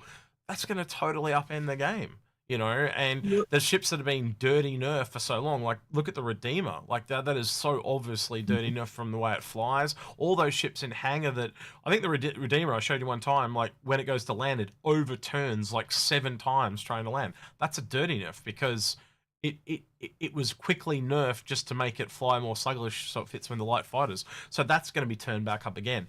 And you're going to have, it was always designed to be that rock, paper, scissors, wasn't it, Algared? So, you know, I think it was the light ships stuff with the capitals, and the capital, like, was essentially punching down, and then it gets to the bottom and goes back to the top. So I expect... So you even look at the, from what I was saying earlier about the categories of fighters. You look at the fighters, you've got the heavy fighters, which are, and they talked about the fighter bombers, and they said they are slow, but they are significantly more durable. And what ship we see there? The old age favourite, Gladiator. Yep. Which is all right. You know, and, shall we finish this, because we could keep talking about this for ages. All right, we could. We've got 2 minutes left for the game. It's leveling the playing field a little bit more now. As we slowly breathe more life into each one of these ships, you're going to know the ship like the back of your hand. People seem to like how much more frantic and intimate all the fights are in the Arena Commander testing that we've done so far. And I'm looking forward to hearing people's thoughts once we've rolled it out across all the ships. Not everything that is in 3.2.3 you can see already in the Master Mode, AC mode. It's there's a lot more stuff coming, especially to weapon treatment, how we use capacitors, etc. But overall, based on the feedback that we got so far, and also from the increasing player numbers, we're pretty confident that we're on the right track. So, Master Modes, and the gunnery system and the whole combat experience is a huge undertaking for us, and we cannot do it without you. So we want you to play it. We need your feedback. Be honest, tell us what you don't like.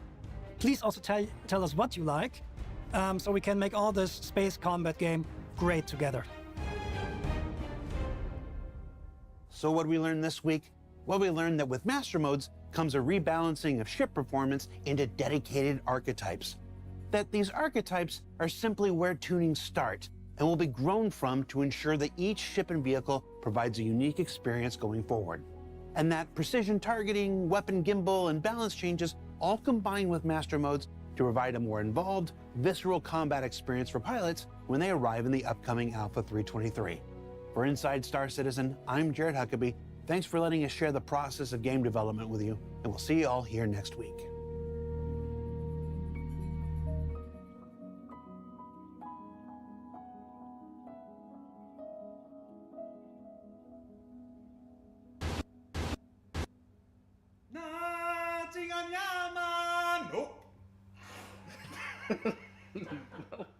Nope. Oh dear. They're getting corny. But okay. I don't know. He's not. I thought it was interesting that Yogi, as he was finishing, did 2 things. One, we need you testing. We want your feedback. In other words, get into the mode and do the testing. Give them feedback. Second thing he said is, as you go, you'll know your ship like the back of your hand. Yeah. How many times have we said you need to know your ship like the back of your hand? I think that's a good point. Like this kind of goes back a little bit to what Citizen Scott was saying, things like that. If you don't like it, get in there and tell him you don't like it, because there might be other people that agree with you, and so they may make changes. You may find you're all alone in that though as well, by the same token. So yeah, you want to affect change, get in there and try it out for yourself and get it changed. Give them positive and negative. Yeah, because that tells me they are wanting to appeal to as many people as possible. Yeah, they're trying to do it democratically almost, you know. So yeah, 100%. Yeah. It's only a good thing, you know. If you don't give your feedback, you've only got yourself to blame, essentially, if it doesn't work out. So yeah.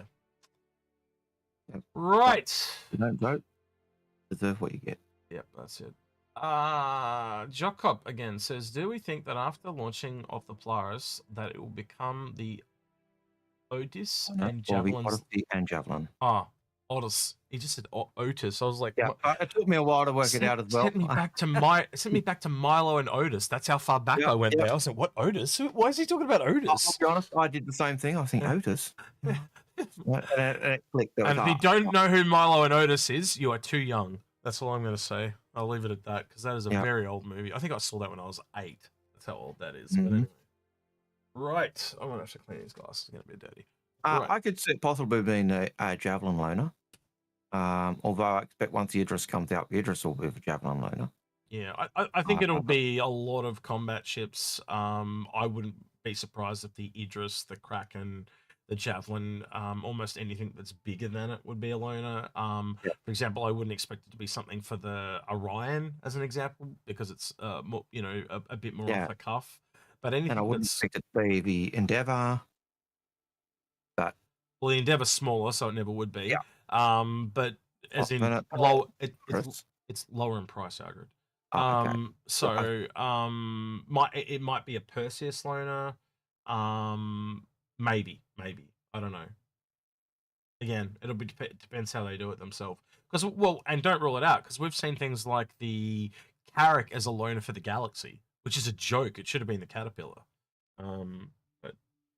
But they sometimes do the loaners based on role and size as opposed to price. So you try and tell me how you get to a Carrack off a Galaxy. Yeah, I know, but never made sense to me. No, it doesn't make sense. They are roughly the same. They are roughly the same size, though. That's probably why.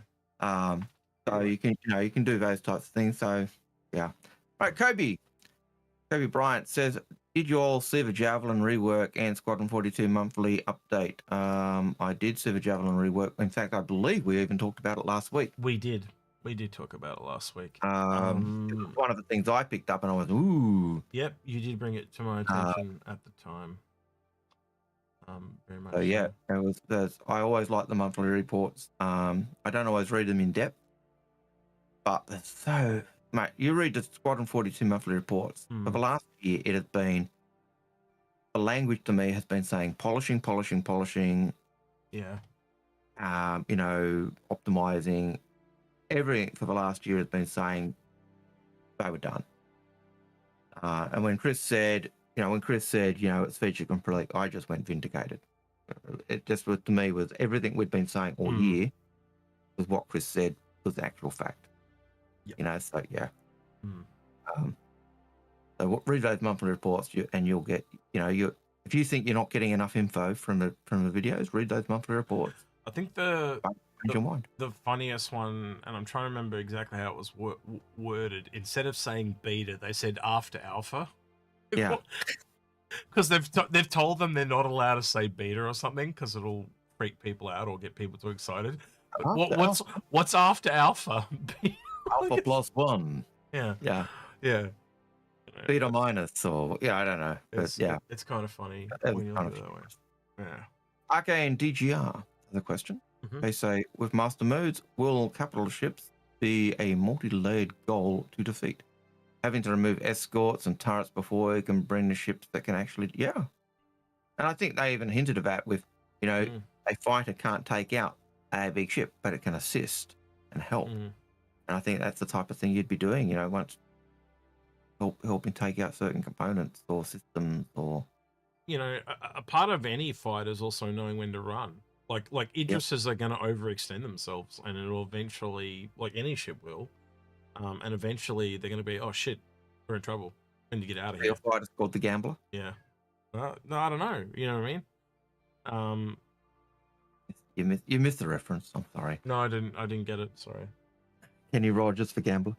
Know when to fold them. Know when to run. Turn away and run. I'm not from 1972, Algared. I'm not that old. Yeah. So yeah. All right. Yeah, but I think he's right. It'll be a matter of both peeling off the layers. Is it Unless you want to add anything to that, I'll move on to the next. No, I think multi-layered is going to be the way. Like look at this event that's coming up. It's boarding the Idris. That is literally them kind of showing us what they expect us to do with one of these ships, and it'll be no different on others. Before we show you were even saying, you know, they're talking about a lot of the Idrises and that are going to be staff crewed, so dev crewed Idrises. Now, because they're devs and they're working at other times as well, there'll be NPC ones out there, but every so often we're going to come across proper crewed Idrises, and that'll again give us an indication of what the differences are going to be and how that's going to roll. So yeah, positive things, I think. Well, let's take a break now and actually go through this then as well, because this is the event that's coming up, the Capture Idris. So I'm just going to read it, I guess. So last October we had a blast engaging with all of you in the epic close to secure legendary anvil F8 Lightning. So that was the hunt. So as we get into the midst of this promise to be Sun's biggest yet, we're heading into the verse with a bang, with kind of bang you only get from a massive railgun at the bow of a mighty Idris M, which some have crewed and geared by a band of developers. This right now offers you a fresh look at a capital gameplay, nearly finished Idris interior, but you'll also have to take it from us first. So yeah, between February 23rd and 27th, so it's only for 5 days. So that's from that is right now. Keep an eye on the Idris War Game mission for a chance to capture and control the Idris as long as you can. As mentioned above, some of the behemoths will be fully crewed by our own developers, and they're hungry for a fight.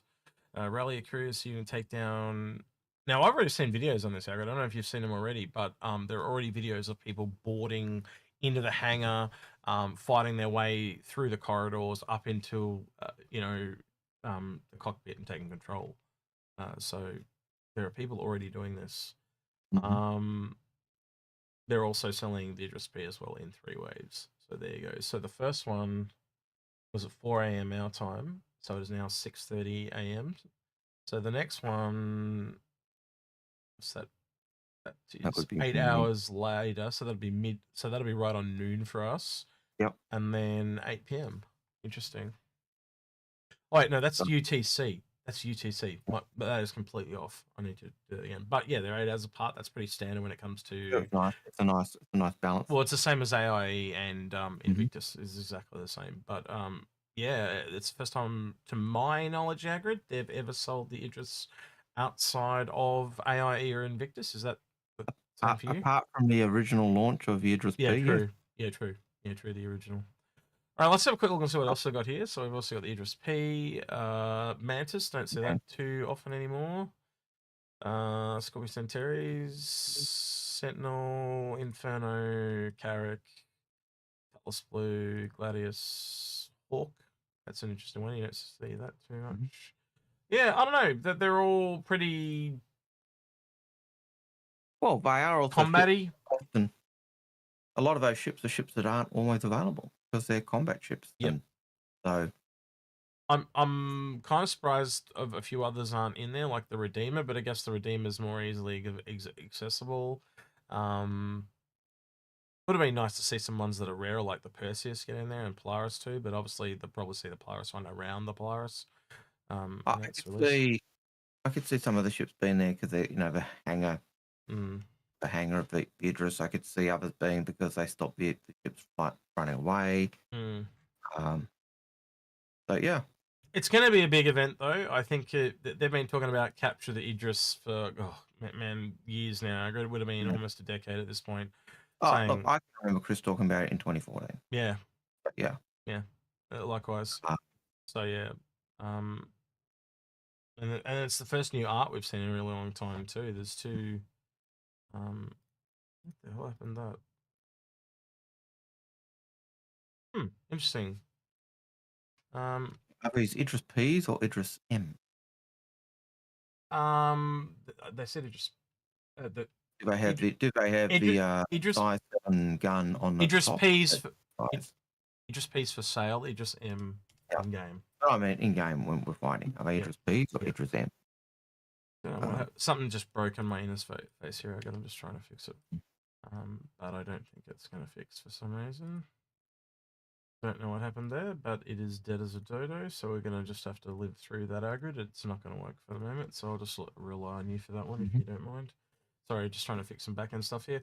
Then the other part of it was this video contest, which is some pretty insane prizes. You can win an Idris M for making a video, and I believe it was only a short video too. It was like 10 seconds. Yeah. Want to see a 10-second video clip of your crew, whether you're gearing up for battle or flying into formation or even boarding the Idris itself. Most creative and exciting entry will take home their very own Idris M, which is pretty crazy. And then a Redeemer and then a Gladius. But man, Idris M's are pretty rare. They have, I believe they go quite high Algared as in cost now these days, don't they? Because you can't buy them anymore. Well, they were originally $1,000 when they were sold. I think once when we were looking at it and we were looking at a pack, and someone said, "Oh, I want an Idris M," and we priced the Idris M on the grey market. It was like, if you were talking about the price of that pack, you almost took $5,000 off on it because the price of Idris, if you were buying it on the grey market, was just exorbitant. Yeah. And so it may have been a cheap price for CIG, but it's certainly a very high price on the grey market. Crazy. Yep. All right. So 10-second video content. I think that's not asking too much to win an Idris M, and I think you'll find that that'll probably be the first time in a long time people will go out of the way to enter this competition because the prize is that great. It is not funny. It is a good prize, and I think the fact that it's only a 10-second video of you and your crew getting ready to go, boarding or whatever, because it's such a small video and it's doing that type of thing, it's possibly even one that opens the door for the non-movie creators to actually be able to do as well. So, yeah, you just got to be creative. So I would go down the comedy vein, but that's just me. I don't know.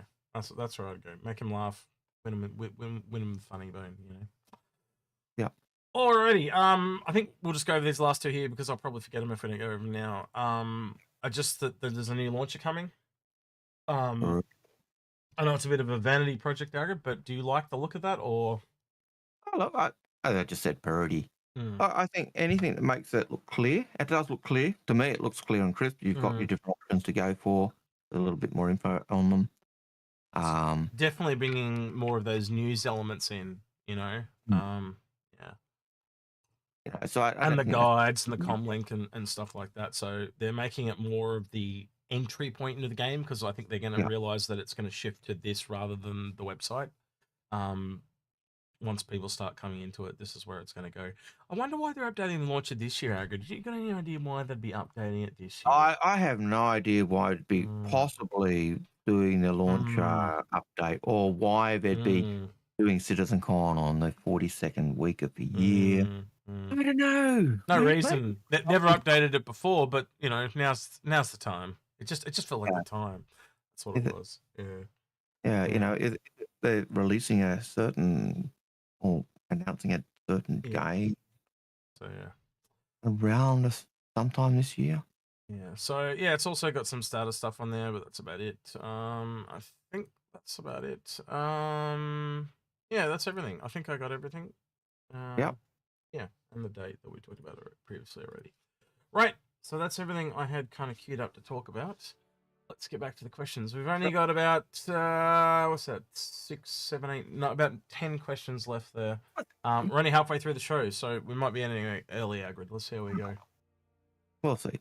So Ashra Catano says, Dev runners now. So Dev Runners is the person asking the question because he typed it on Twitch. So man, I thought he was saying we were Dev Runners. I was thinking, wow, that's an upgrade.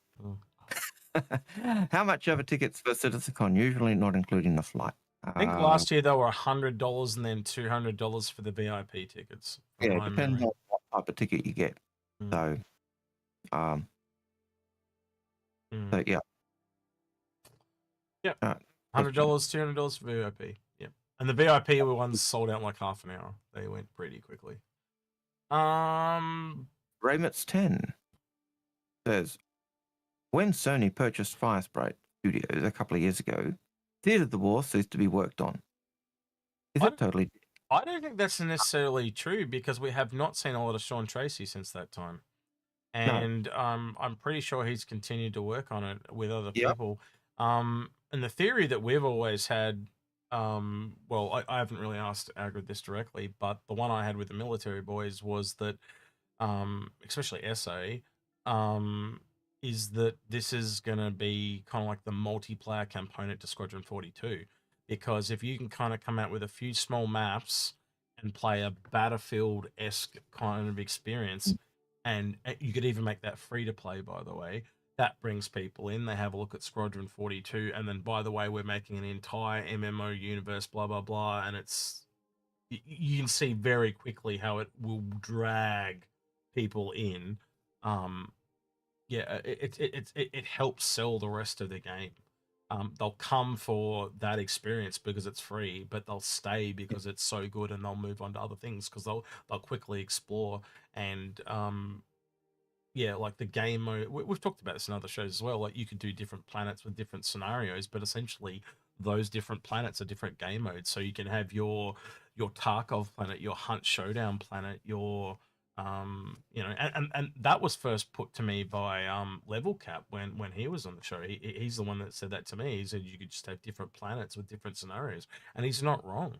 You know, like you know, and they don't even have to be on a planet. They could be in the little modules, the little VR module pods as well, you know, replaying historic scenarios. You and I have talked about this too, redoing like the Devaran War and stuff like that. The scenario from Theatre of the War was basically a historical scenario. One of the last things I can recall Sean Tracy saying regarding Theatre of the War, after people were saying it was dead, he said, Theatre of War is basically, you know, what we've got in Siege of Orison and Xenothreat and Ninetales are effectively Theatre of the War campaigns. And taking those and then putting them into Arena Commander so you could practice them or do stuff, I don't think is a stretch beyond the pale. I think that's the type of thing we will see as episodes or things you could do as standalones in Arena Commander. When I first heard about the one that they were doing with the train up to the space station, the game I couldn't stop thinking of was Wolfenstein Enemy Territory. If you remember that one, that was also free, that they released because they cancelled the full game. And that was the multiplayer, and they gave free. And it was super successful. It was so successful, in fact, that they made another game called, they made what was it? Enemy Territory Quake Wars. But it failed because they put it on the Doom engine, which was it was built for inside, and then they used it for an outside game, and all the characters just moved like shit all over the place because they skid everywhere. And so the whole game just failed because they used the wrong engine. But it looked amazing. I think the bigger question with the Sony purchase of Firespray is how much did it change the way they had to look at where they were going with Theatre of the War? They would have had a lot of they would have again, a lot of the design work and plans would have most likely been laid out, so they could just keep following the plans. And the other part though too, Algared, is there are people that came over from Firespray. Yep. So they obviously saw value in the project enough to leave their job and go with the project. Yep. But I always got the impression that, pick up the second half of the question, is Arena Commander going to be eventually Theatre of the War? I always got the impression that Theatre of the War were components of Arena Commander, always. Agreed. Arena Commander is our in-game way of practicing and surviving and not, being able to do those dangerous tasks, get the experience. So we're not using Death of the Space, not using our lives up at Death of the Spaceman. Our lives matter. And, our avatars matter, so we don't want to kill them, so we practice. Arena Commander and a Theatre of the War was an aspect of that practice and improving our skill. Yep. And I find the beauty of it is, Arena Commander should give us that opportunity for those who are limited for time. You and I have got 45 minutes before we've both got to disappear for a day. Hey, let's do hit Star Citizen and do a scenario. Yeah. It definitely gives you, it makes areas of the game more appealing again to the masses, because you might not have the time sink, as you suggested, but you might have 45 minutes, like you said. Yeah. I hope that answers the question. I know it was a bit more. All right. Jijoko says, question, do you think the Legionnaire will fit inside a Polaris? I think the easiest way to check that out is pull up the the I can do that, but I think the other way I would look at this is the metrics, and by the metrics, it is a small pad, or what you'd call an S2, and so it should fit. But the other thing that we know from looking at the Polaris is it doesn't look like it's got a full height-based hanger. So I reckon it'll be able to land and refuel and repair, but whether it can travel with it is another question. Also, the Legionnaire appears to be the biggest ship now, bigger than a Freelancer even, that can land on that pad. So we'll have to wait and see. But yeah, that's a tough one. Because there's moving parts of the Polaris is what I'm trying to say that we just don't know yet. And will it be able to? Yeah. So The height's the biggest trouble with it because it's the tallest of those ships. So, we'll have to wait and see. and it might limit what you can do in terms of repair. If you've got to be in your spacesuit to do repairs, that might limit what you can do or how much you can do. Yeah. But we all know now that this model is out of date too, because the doors don't open like this anymore. In the video at CitizenCon, it slid forward, and it doesn't split open like it used to. They've essentially changed it, so even that's changed as well. So this is not going to be entirely accurate. And even the Legionnaire itself has changed. Like I've been talking it the Ducken because it looks so fat now compared to how it used to look. It is really quite grown. So you can put it there and see that it fits, right? But it just comes down to that height. And I think this Polaris falls into this interesting thing because they appear to have changed it. So like we don't know where the line is, do we, Algared? Yeah. Right? So let's say it's something like this. You might be able to land in and refuel and repair, but the Polaris probably can't warp with you in there because it's probably going to close the hangar lid or whatever. So yeah, it's tough. I can't remember if it was the Freelancer or something else. For some reason I got Freelancer in my head, but I could be absolutely wrong here. I just want to check something because I probably am wrong. No, I am wrong. I think I am wrong. I can't remember what the other ship was. Where did the Freelancer go? Oh, it's still loading. Okay. Okay.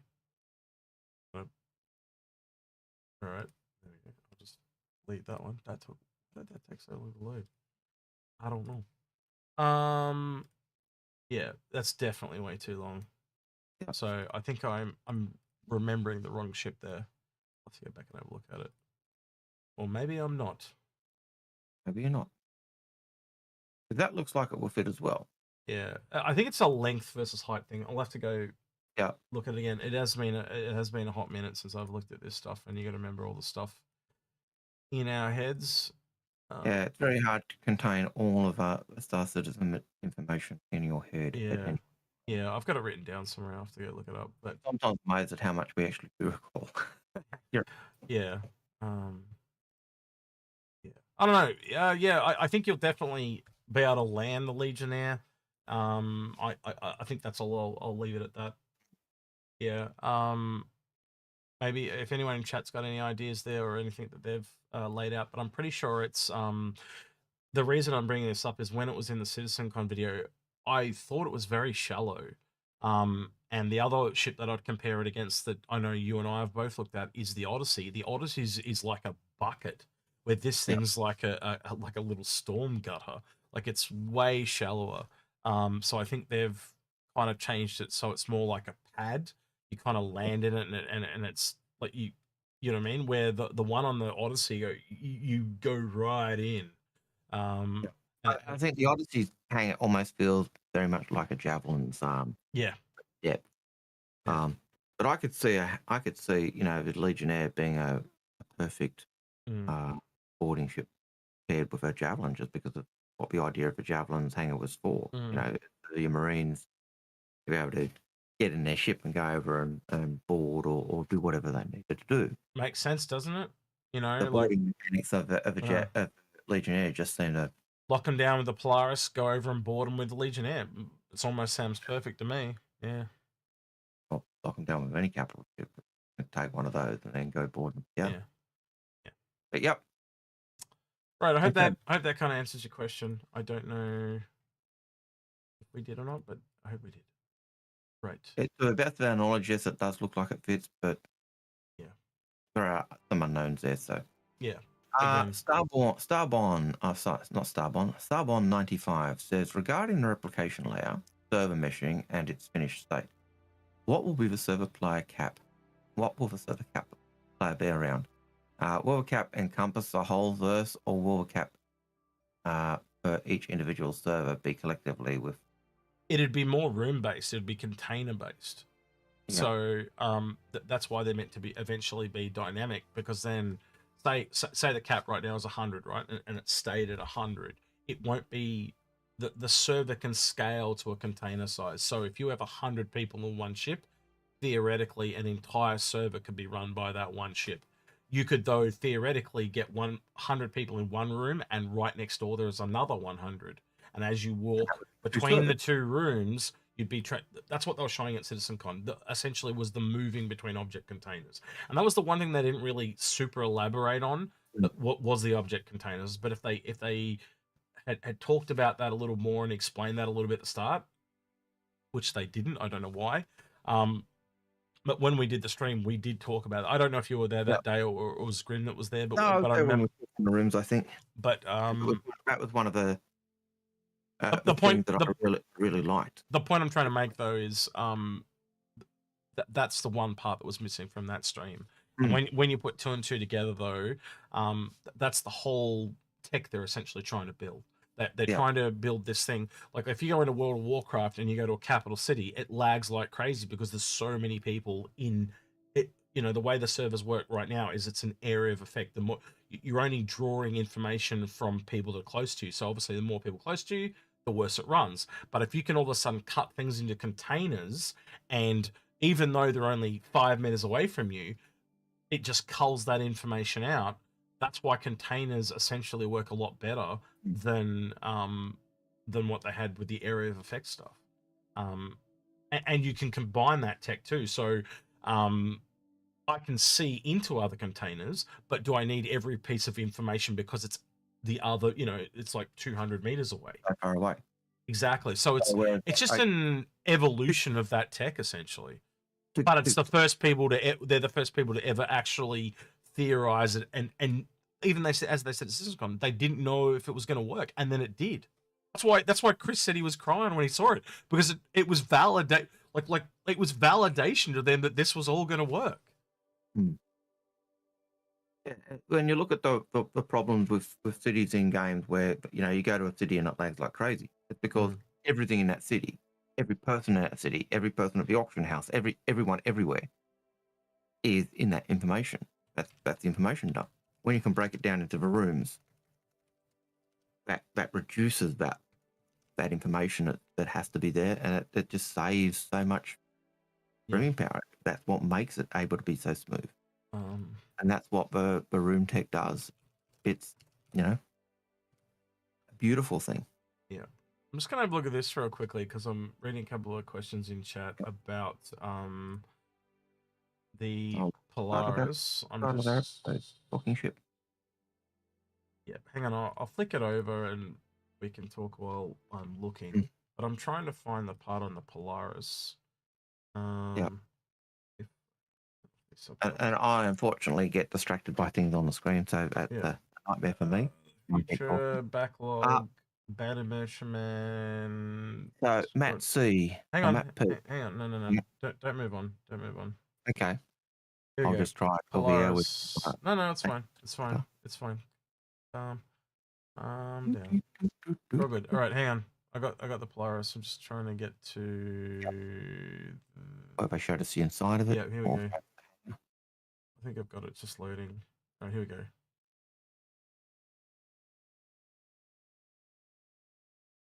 No, I am playing it without sound, by the way, if you're wondering. So I'm pretty sure, from my recollection, they changed it to be a sliding door, and when they go through it here, so this is what I wanted, right? We're about to go through. It just looks a lot lower, right? So like this is one story essentially, right? So when it goes into the hangar, just take note of the height, because that's what I remember. Now I could be remembering completely wrong, but to my brain, it was very shallow. right? So certain ships would be able to be closed in and others would not. And I'm pretty sure this is it here, right?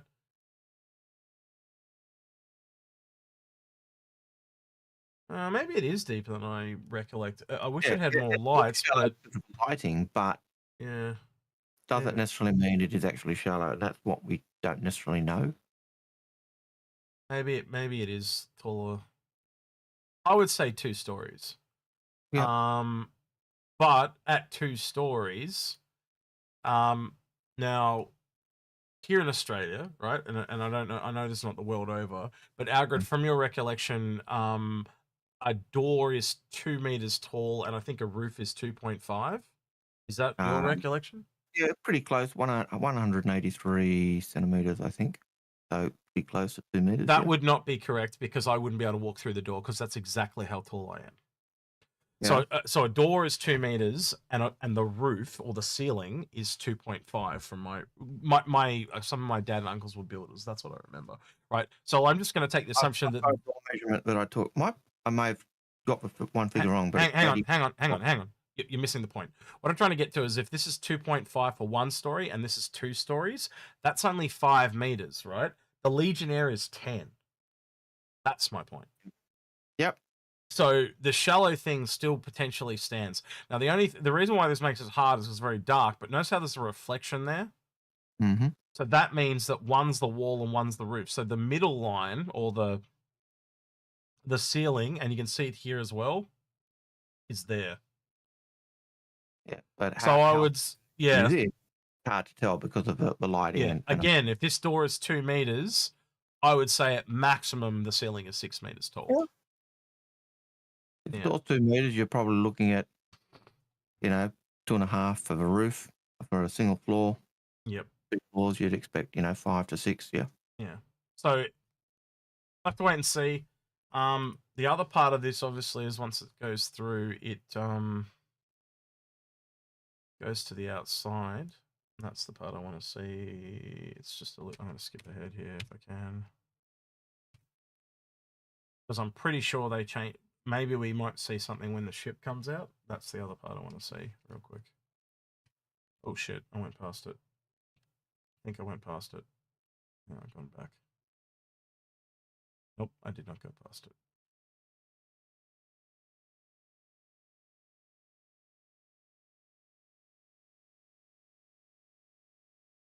So there's a part going back and there's a part going forward. Did you see that, Algared?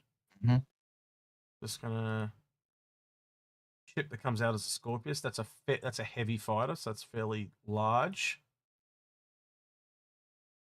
The other part, I skip forward. I don't know if you can see it there, Algared, but that white panel is the door. And then I would say it's probably another door and a bit higher again. So I reckon would be on the money for about 5 to 6 meters tall. Yeah, well, even with that, you can look at the Scorpius height. Yeah. That'll give you a better idea as well. It also does have a standard docking port, so there's no reason you can't dock a Legionnaire with it on the outside and stuff like that as well. So it'll be interesting. Although that would mean the advantage of a Legionnaire being able to be in a hangar would be you could actually take with you and save its fuel, etc., etc. Whereas if it's got a dock, it's actually got to travel with you. So again, there's not many ships that size that go, like the Legionnaire is the exception, not the rule. Like it's 10 meters. I think you'll find that you'll be able to land it in there, repair it and stuff like that. It just won't be able to stay in there during warp or something like that. And it'll also make you vulnerable for attack while it is being repaired. Again, player choice. I like that. I like that it's not just everything. I like that there's some outside the box things you got to think about. So yeah.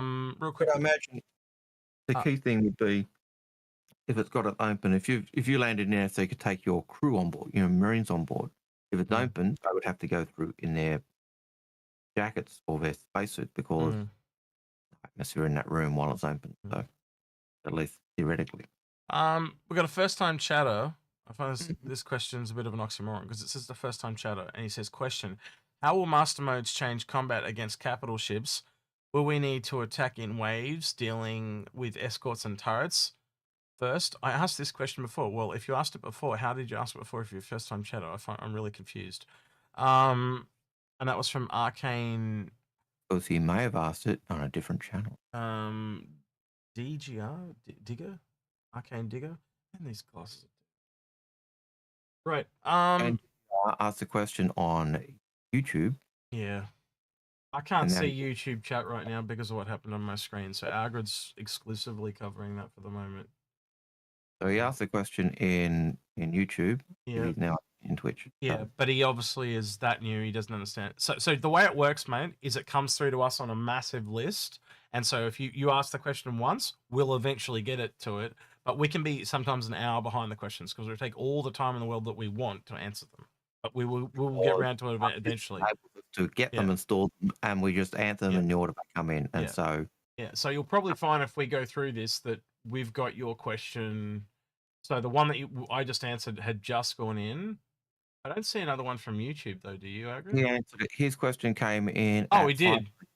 Yeah, we actually have already answered it. 5:19 on YouTube, and we answered it. Yeah. So you must yeah. have missed it, bro. Anyway, we've done it twice now. So anyway, yeah, but we did actually go through that, and yeah, we did talk about it being multi-layered and going through and attacking different areas and going in and actually boarding the ship and all that stuff. So yeah, absolutely.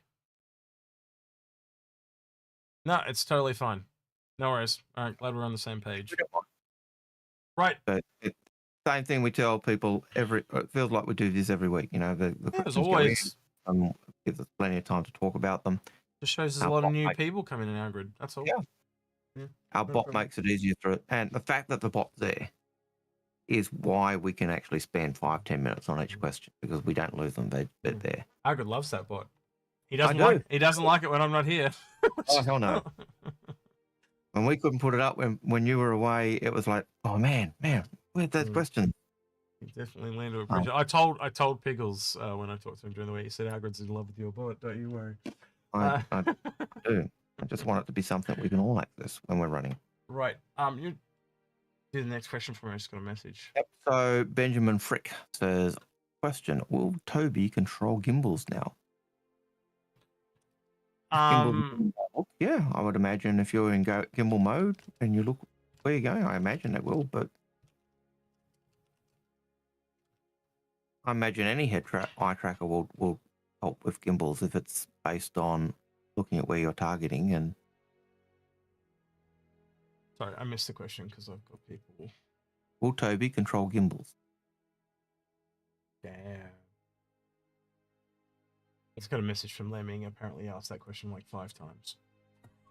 He took a screenshot from question bot and he so Arcane Digger really wanted that question answered. That's okay. We're now he knows. I'm just laughing because I was like, wow. Lemming went through and deleted. Like he had like 5. Oh, okay. So All right. yeah, so I expect eye trackers, Toby will work with gimbals, but yeah, at the moment I can't tell you, but I expect they will. I would be very surprised if it did not. From what I've heard, they're working very closely with CIG on a potential new Toby device. So, yep. See if that comes to pass. It's just rumors that I've heard, but we'll see. Right. Next one. Down to the last 8 questions. So if you want to get your question, we're at 2-hour mark. We've got an hour to go. So if we run out, hey, Algared, we might get to go breakfast early today. We'll see. Yeah, I might get to get some work done. All right, Limited Respawn says, how long are you in the UK for? Is this an Inforunners pub crawl? I assume he's talking about CitizenCon. I assume he's talking CitizenCon. I think the plan at the moment is at least a week. That would allow us to get there a day or 2 before and kind of get unjet lagged, and then spend some time with some people we know beforehand. Go to CitizenCon, spend some time afterwards with some of the devs that we know and things like that, and then yeah. So yeah, better. I think the original plan is Thursday, leave Wednesday. I think that was what we said, something like that. Yeah, got CitizenCon stuff. I want to go and catch up with family or visit family. I've got tons of nephews or cousins and aunts and uncles that I've not seen in a long time. So it'll be that. There's also the history that I want to chase up because there's lots of history that I drool over. So yeah. Yeah, it'll probably, like, I've never been to the UK before, and my mum's a history buff as well, and she kind of instilled that in me. But a lot of it will come down to what I can afford and stuff like that. So yeah, but I'm kind of going to be there to work, but that's about it. So yeah. Will there be a pub crawl? Maybe not a pub crawl, but certainly a Look, if you guys want one, I would do one. But yeah, maybe you get someone to organize one. But let's figure out on getting there first, because we've got to get the funds to get there. That's the problem. It's like everyone that I know that's in America is saying how expensive it is, right? Well, you double that, and then you get a rough idea what me and I got to put up with, because it is.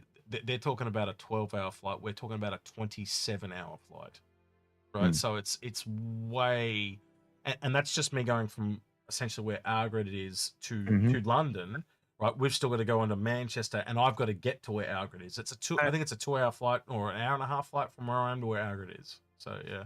And for us, for us, American dollar, we get 70 cents to the American dollar. Yeah. UK, we get 50 cents to the UK pound. So roughly. So yeah. So everything is double the price for us. So as opposed to 25% more. So yeah, that becomes hard. It does become a pricey aspect, but it is what we live. We'll work. Don't want to sound like we're complaining about it. We're just kind of stating facts. It's just how it is. So let's worry about getting there first. Let's, like, at this stage, it probably looks like at the moment, like, Algared will get there, but whether I can get there as well is another kettle of fish. I'd love to go, but the other thing is, and Paul even said that, I was watching Paul yesterday, I believe, and he even said himself, like, even if he does go, it actually costs him more money than you realize, because, for example, you give up covering it yourself, which is one of the reasons why we do want to cover it while we're there, because just to let you guys know, we'll be open and transparent. CitizenCon this year was actually more profitable than the AIE was, right? So if you're talking, not that we do this for money, but like, it's just like you are giving that money up by going, so just being transparent. And that revenue from ads and other stuff, that's huge in terms of things we can do in terms of building a brand and getting, and getting equipment and replacing stuff that breaks, or because it does, when you're streaming every week and every day, and doing stuff every day, your equipment does wear out. You've had at least one. You've had one camera die. Yep. And this camera. and we got to. We've both replaced lights. Yep. So yeah, and we've got to get you another camera soon as well, because mine is getting that. Yep. If I could fix your net, I would, but like, that's out of our hands. But yeah. No, that's a telecom. We got you new lights and some new stuff as well. You got yourself a new Stream Deck and mic as well. So there's been some upgrades across the way. But yeah, we're getting there slowly. And we'll both be on the cards for new PCs soonish in the next 12 months. As we round that corner as well. So it's not a cheap profession, so to speak, and it's we don't. It's not something you don't. I think it's a bit like teaching. You don't go into teaching for the money. Oh, absolutely. No, and it's like this. You don't do this for the money. Yeah, sure you can, but if you're doing it for the money, you really do burn out. Lose the passion for it. It literally becomes work. So yeah, it's just Anyway, yeah, I don't know. It's just something me and Algared always talked about for years and years, was going there to what we called the big one, and we're pretty sure this year's the big one. Something that I've always said, the launch of Squadron 42, that to me is the big one. Everything I hear indicates this is the big one in terms of that regard, whether it's the actual launch of or the announcement of the launch. I think it's the big one in that regard. Yeah, I'm pretty sure it's the launch. Like, I know a lot of people talk about, it's just going to be a date. It could be, something could kind of go wrong, and yeah, it could be, but I fundamentally believe it's the launch. Yeah, I think they're aiming for the launch. Until I hear something different, that's what I believe. But well, when I consider, I heard that Mark Hamill was supposed to be at CitizenCon this year, and the reason he wasn't was because of the writer's strike. Yep. Yeah, that's also, I remember hearing words to the same effect. You know, It makes a lot of sense too if you think about it. for that year, if this is even a mentioning of a launch date of Squadron, it's going to be there. Yeah. You know, so Arthur Vanderlei, thank you for that $8 super chat. Thank you so much. Always helpful. Never expected, never required, but always very much Like appreciated. clockwork, Mr. Arthur, every week. Aurelius and Dominus had a question, which was, is there a small chance we will get in the future a Kilrathi in game? And I think the answer is yes and no. Never say never. I say yes and no because, and Kilrathi, for those who don't know, were the big bad guys, the cat people from the Wing Commander series. I can remember in 2014 them talking about the Vanduul being very cat-like, and it was like it was kind of as if the Vanduul were the Kilrathi in all but name because they were under copyright. Will we see another race that is more cat-like or more like the Kilrathi? Possible. Never say never. But I kind of think in some ways we've got them with the big bads in Squadron 42 and. Nothing to say though they can't be one of the races behind one of the other races. Can you imagine if it turned out the Kilrathi were behind the Vanduul or something like that? You know, like, and I think correct me if I'm wrong, but I think EA let the rights to Wing Commander expire, didn't they? I'll have to double check it. I know it was coming up. Certainly, it may be coming up. So yeah, it's coming up or it has come up. And being able to use them at the moment, but I wouldn't be surprised if that. Becomes open access soon or whatever in terms of copyright. I could see, yeah, we'll just mark that date. Yeah. So, yeah. But never say never. Yeah. It'd be nice. It'd be a nice. It'd be almost like, you know, the reasoning for having Mark Hamill and John Rhys Davies and in Squadron was kind of that throwback to the Wing Commander because they were characters, you know, they played characters in Wing Commander. So so Hook 205 saying, I'm fine with no cat-like people. It's a bit too cartoony for me. I like the alien races we have so far. Yeah, but I think like everything, they would update them. Yeah. Let's take it one step further, right? So essentially the Kilrathi are based on lions, right? But what if you expanded it to be all cats? So there's leopard ones and panther ones, and you start to see where this goes really quickly, right? So you could actually, almost like how humans have subspecies, like we have black, Asian, Hispanic, Caucasian, all that type of thing. You can do the same thing with cats. You know, and what's to say you can't go even wider than that and go into saber-tooth and stuff like that? So all of a sudden it becomes this layer of depth, and we know they're doing that with the Zion as well. They have different, they don't all just look the same, and I'm sure it'll be the same thing with the Banu as well. Like they'll have different cultural differences and slightly different colors as well. We've seen that in the concept art. Yeah. So yeah, I think we will certainly see different phenotypes, different looks. I think we'll see different cultural aspects in certainly with the Vanduul. We already see that the clans are different in the way they work and operate, and not all clans are identical, and some clans actually trade with the Banu. Is that absolutely across the board? From what we understand, no. Could it be? Yes. But from what we understand, it's not.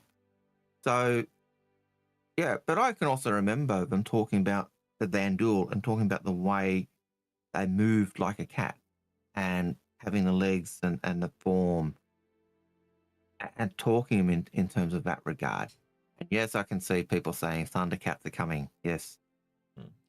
You're going your age talking about those cartoons. You could even see ruins that are of a lost version of their race, like they don't exist anymore or something like that. There's just so much that we can't expect, even half to expect what we're going to see in the lifetime of this game. I have no doubt if this goes as successful and gangbusters as we all want it to be, like Algared and I have said, they've talked about doing expansion packs for the Cyan, the Banu, possibly the Vanduul and Tavaran, and then if they're all successful, why wouldn't they go again and go to the race beyond those? And you've got to think they've at least thought of that, because they've thought of races beyond the ones we know. We know about the Cathak and the what's the other one? I always forget the. I think it's only the fact that I can think of. No, there's one behind the Cathak is the one behind the Zion, yeah, and then there's one. I only mentioned the Cathak as a name. Okay, but we do know there are ones behind the Banner and behind the Vandal. We know that, so they're at least we know that they're there. Is my point.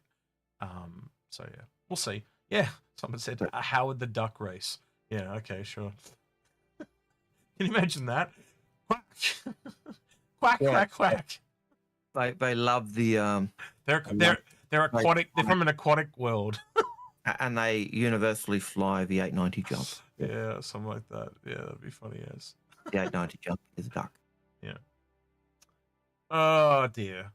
Yeah. It's a bat. So they can go wherever they want with it. They can do whatever races they want. They get, that's the kind of cool flexibility of also not being tied to their own IP.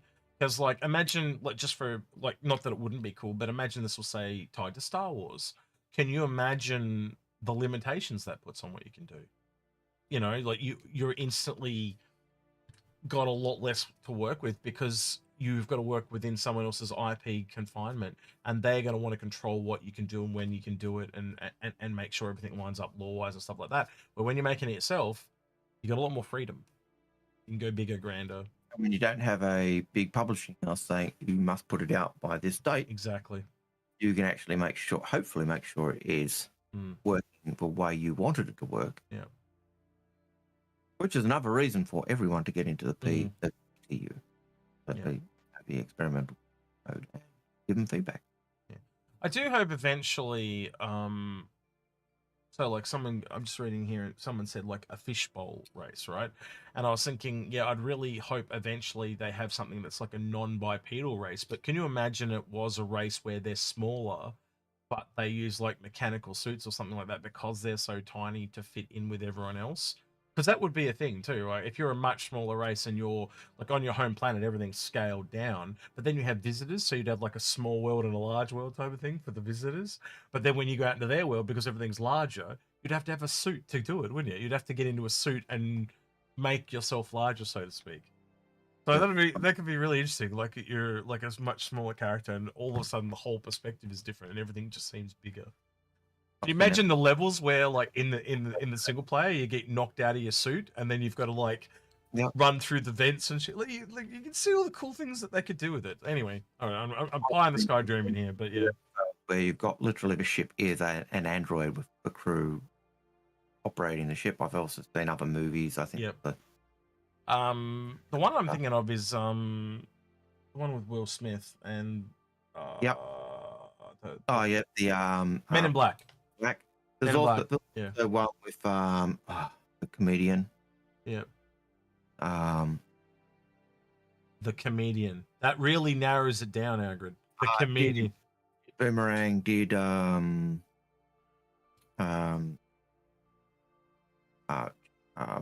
Chevy Chase did the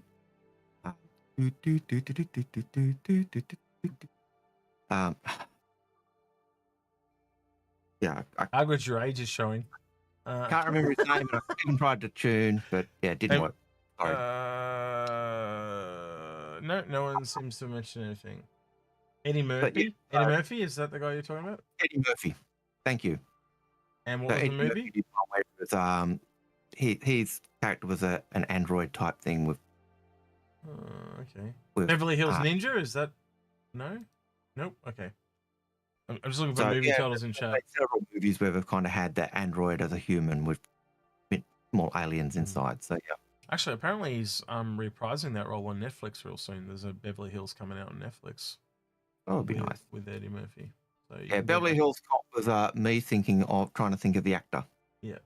Yeah, it took me a second to get the song you were singing too, but yeah. Yeah. Anyway, all right. Next question. Expected to grow in size prior to release? If so, how big? Sebastian. You dropped out there, mate. Hang on. Sebastian said, "Is the Polaris expected to grow in size prior to release? If so, how big will it be?" I think the size. No, it is not considered to grow because they've already told us about when it was going to grow and that it was growing to the size of the hangar was going to metrics. So it did grow beyond what they know, but we have the correct measurements, so to speak, now. So yes and no, it grew, but we don't expect. But we knew about it. Yeah. Trippy TM. With the Idris showing up recently in the announcement of a CitizenCon, will we see Squadron 42 released with the Invictus launch week or CitizenCon? We know it's the final polish at this point. I think we'll see Squadron 42 at CitizenCon.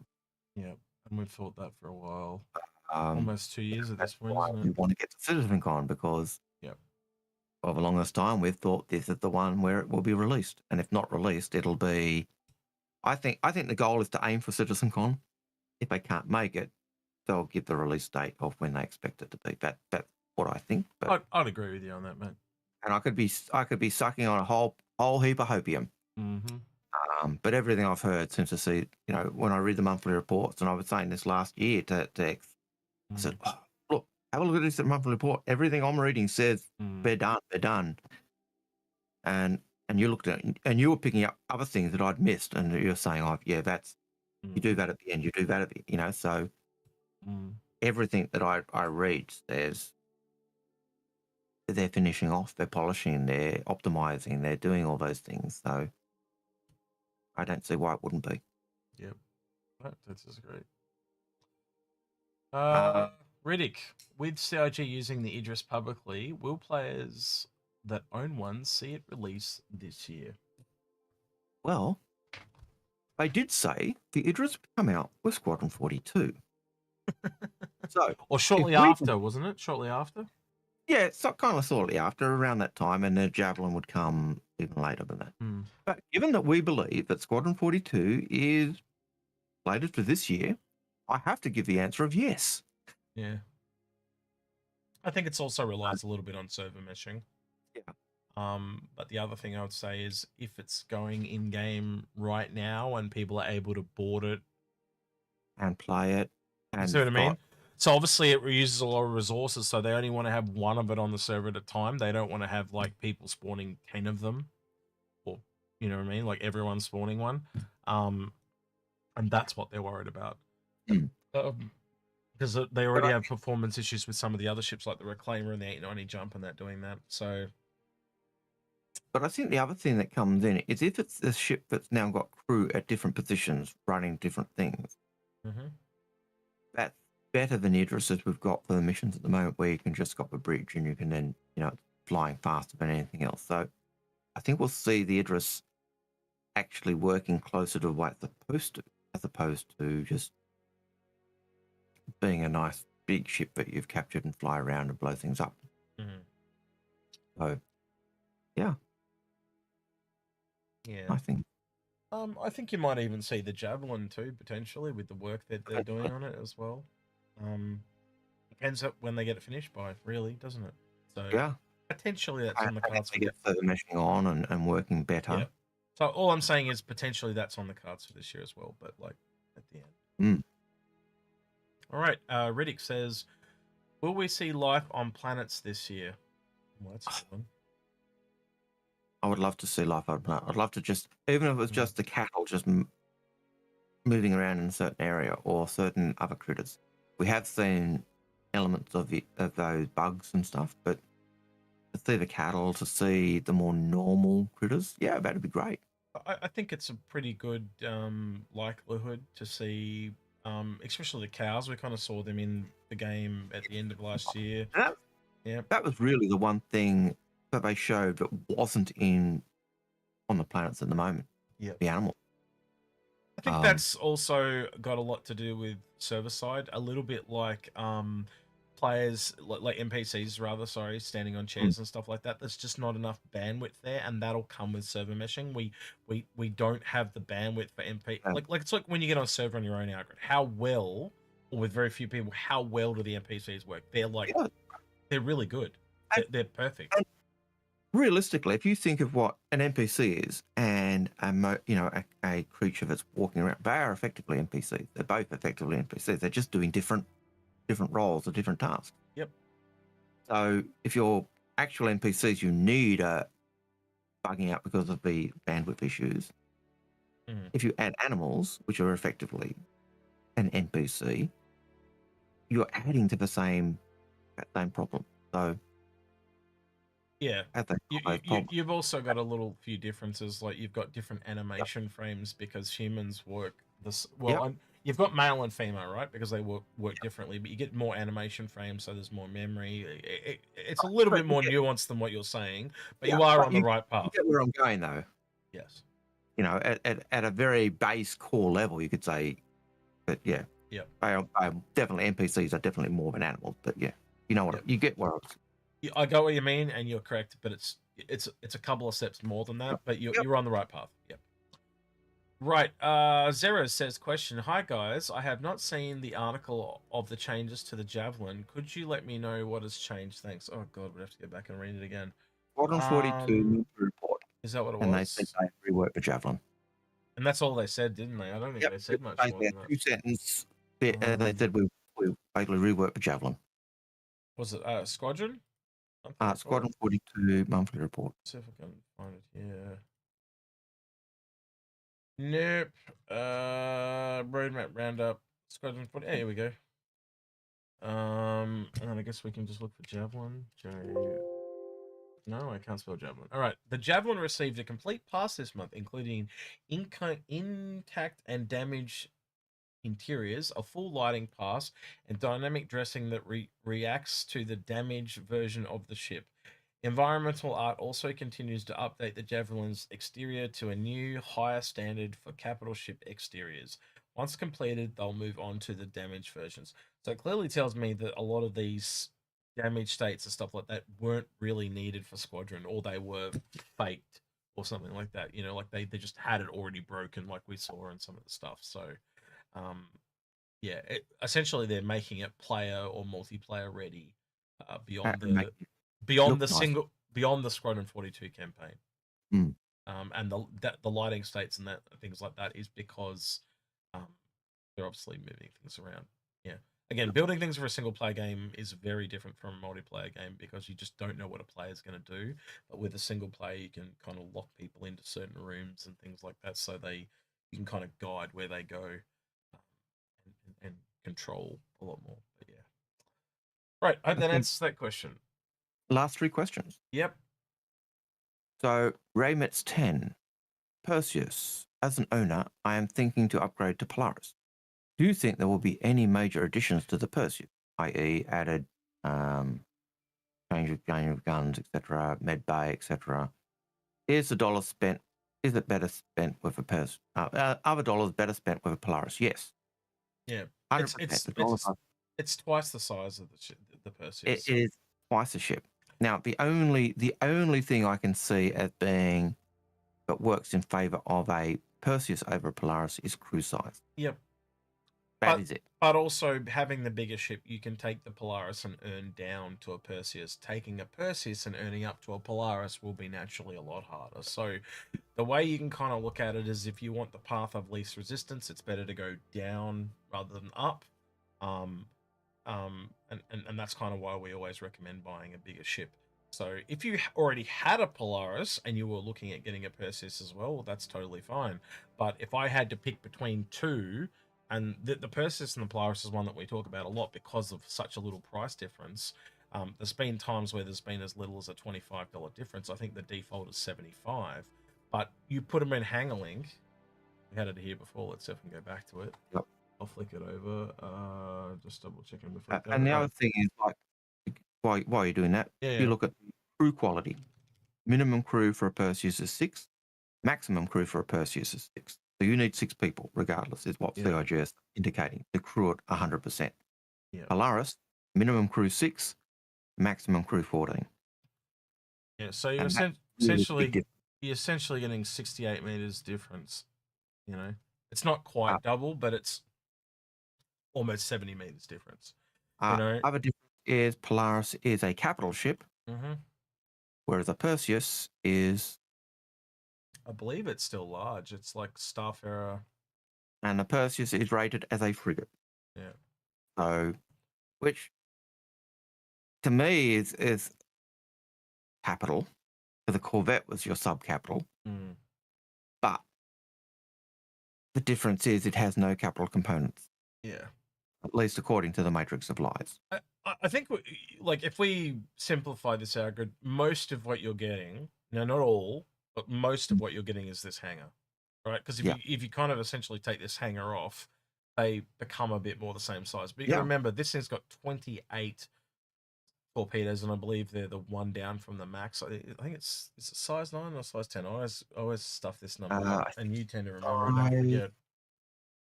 Don't forget.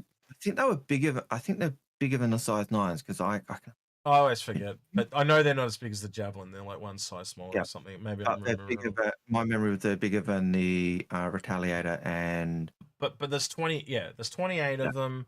They essentially are capital killer size torpedoes. The torpedoes on this thing are only size 5. They're almost like half the size of this, and I think this has only got like 5 or something like that. It's got a way smaller complement than this has got, and this is going to destroy this thing. Punches up. This thing is a defense thing, so they are also on different roles. This is described as the tip of the spear. This is more armored and old school and close to home, defending the motherland, home base type of thing. But this is more like this is hang on. This is more like striking out and actually attacking. Sorry, Algared, go ahead. According to Matrix of Lies, it has 10 size 5 torpedoes, two launchers with 5 torpedoes each. Is this one? Yeah. Yeah. You want to check the Polaris for me? Because I know that this has got really big torpedoes. Yeah, let's check the Polaris because I can't remember the torpedo sizes either. Yeah, you go look at the layout, as Algared said. This thing is 6.6 across the board. This, I believe, it was like 8 to 21 or something like that. So it again is like, it's obviously not going to be as efficient with 8, but you know. So Polaris 4 launchers, 7 size 10 torpedoes per launcher, so 28 size 10 torpedoes. Yeah, there you go, size 10. Plus 2 racks with size 3 torpedoes for a total of 16. There you go.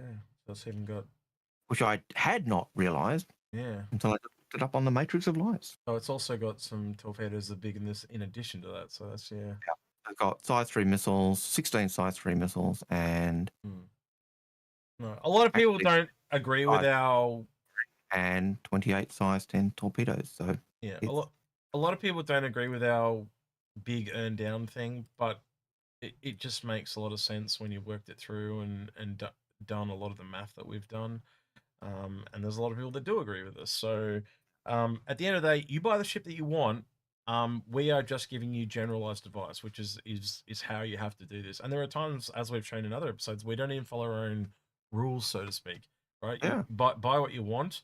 But again, if you're giving advice, you have to give generalized advice. And that's why we do it this way. And if you're looking at those ships and the role of those ships, like I 100% believe that the Perseus is not aimed at being a ship you take out of system. It is clearly, you mean that backwards. You said Polaris out. Yeah, sorry. So the Perseus, your in-system defense ship. It was, when they talked about it, it was conceived as kind of like a river bar, a riverboat for protecting rivers in Vietnam. The Polaris, on the other hand, is a full-on inter-system ship. It goes between. I also firmly believe, because this is punching up the Polaris, I don't think it's going to be hanging around to fight. I think it's going to go in, release a barrage of torpedoes, and get the hell out. It's like literally, if you think about how a spear works, it's the tip of the spear. It's going to stab in and then get out. That's it. That thrust motion, because it's not going to be able to go toe to toe with a Javelin. It's not going to be able to go toe to toe with an Idris. But can it kill one? Can it damage one? Absolutely. But it's got to get that first strike capability, and it's got to, it's got really big scanners on it and things like that. Where this Perseus is highly armored. And its real claim to fame on this thing is it's essentially like being able to change its guns on the fly, because it's got these bespoke size 7s, and it can change the ammo type. Yeah. No other ship can kind of do that currently. Will it be the only one? Who knows? But at the moment, that's a really unique ability. And we know there's multiple different ammo types coming too, don't we, Algared? And the other thing, just based on what you were saying in terms of the Polaris being, go in, hit, run off. If the Perseus is, as I said, the ship that is an inter-system, the system defense ship, the one that's kind of like the river barge, the planetary defense. If you've got a Perseus and you're fighting in your system to defend it, you're not hitting and running away. You're basically trying to be there and fight. So it's, I think there's a difference in the play style of both of those ships that's going to be there. So you've got to pick the ship that suits your play style, but if you're looking for value for money for what you get, what things you can do with the ship, I think that the Polaris gives you much more options. The other way we can look at this is the same old caveat of there is no perfect ship. Yep. There really isn't, right? So it's like taking one thing and trying to compare it to another. They're never exactly the same. It's not like that. It's not like Ford versus Holden, or I think what's it called, Lexus in the States or whatever, like Ford versus Lexus, right? Yep. They're not. It's not just different manufacturers. They're completely different roles. It's like trying to compare a Honda Civic to a Ute. They're different roles, right? So the only thing you can really break it down is to economic sense, and from an economic perspective, for a $75 difference, bananas if you don't take that one, right? Because you can just take that and earn down to that one. Yeah, we'll leave it at that. I think that's the most concise. Well, every bladed weapon stabs. Some are actually better at cutting than stabbing, though. And a spear, longer shaft, you can hit the people from further away. I think, that's the idea of the Polaris being the tip of a spear. Yeah. Compared to the javelin, which is a spear. So, I don't know. Think what you want. You remember people talked about this being like a carrot competitor for so long because of the scanners and that on it, but that's what it's for. It's meant to find things and then go in and strike them and then get out of there. It's just to overwhelm you with a torpedo and then move on, right? And again, much like armor and a few other things, torpedoes have not had their day in the sun, right? Like you literally saw in that video, they have, I think they fire a couple at an Idris, and this thing takes out an Idris. So if that's the type of firepower we're talking about, like this ship being able to take on Kraken, Idrises, and Javelins, this is scary. No, I can remember the Retaliator was taking out Idrises in the Xeno threat, and it's only got size 9 missiles. Yep. And it's only got 5 of them. Yeah. Whereas it's got 20. The Polaris has 28 size 10. I think it's got 6 actually, Algared, if I remember it correctly. Two in the back room, 4 at the front. Yeah, I think it's got 6. 3 or 4 at the front. Yeah, okay, 5 or 6. But either way, it's got 5. It's got size 9s versus size 10, and it's 5 or 6 versus 28. Yeah. That said, there is a cost involved though too. Each one of those torpedoes is apparently the cost of an Avenger. So they're fire and forget, and then cha-ching, the cash register goes off. But yeah. Perseus. That was Raymond. We just answered that one. Arkin DGR says, how will master mode? We just answered that one.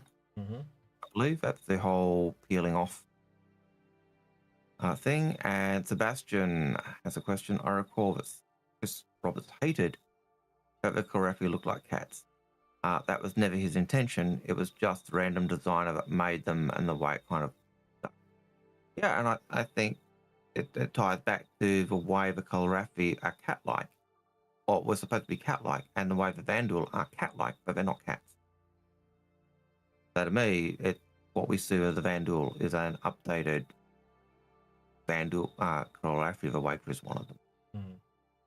So, yeah. Any addition to that, X? No, that's pretty much all on par with what I would have said it as well. So, yeah, no problem. All right. So our last question. So if we can make this stretch for 19 minutes, I don't think so. We'll be right. Yeah. So if you've got another question, chuck it in now, and that'll give us something to talk about for 19 minutes. Yeah. And I'm trying to pad it out by, if you haven't worked it out.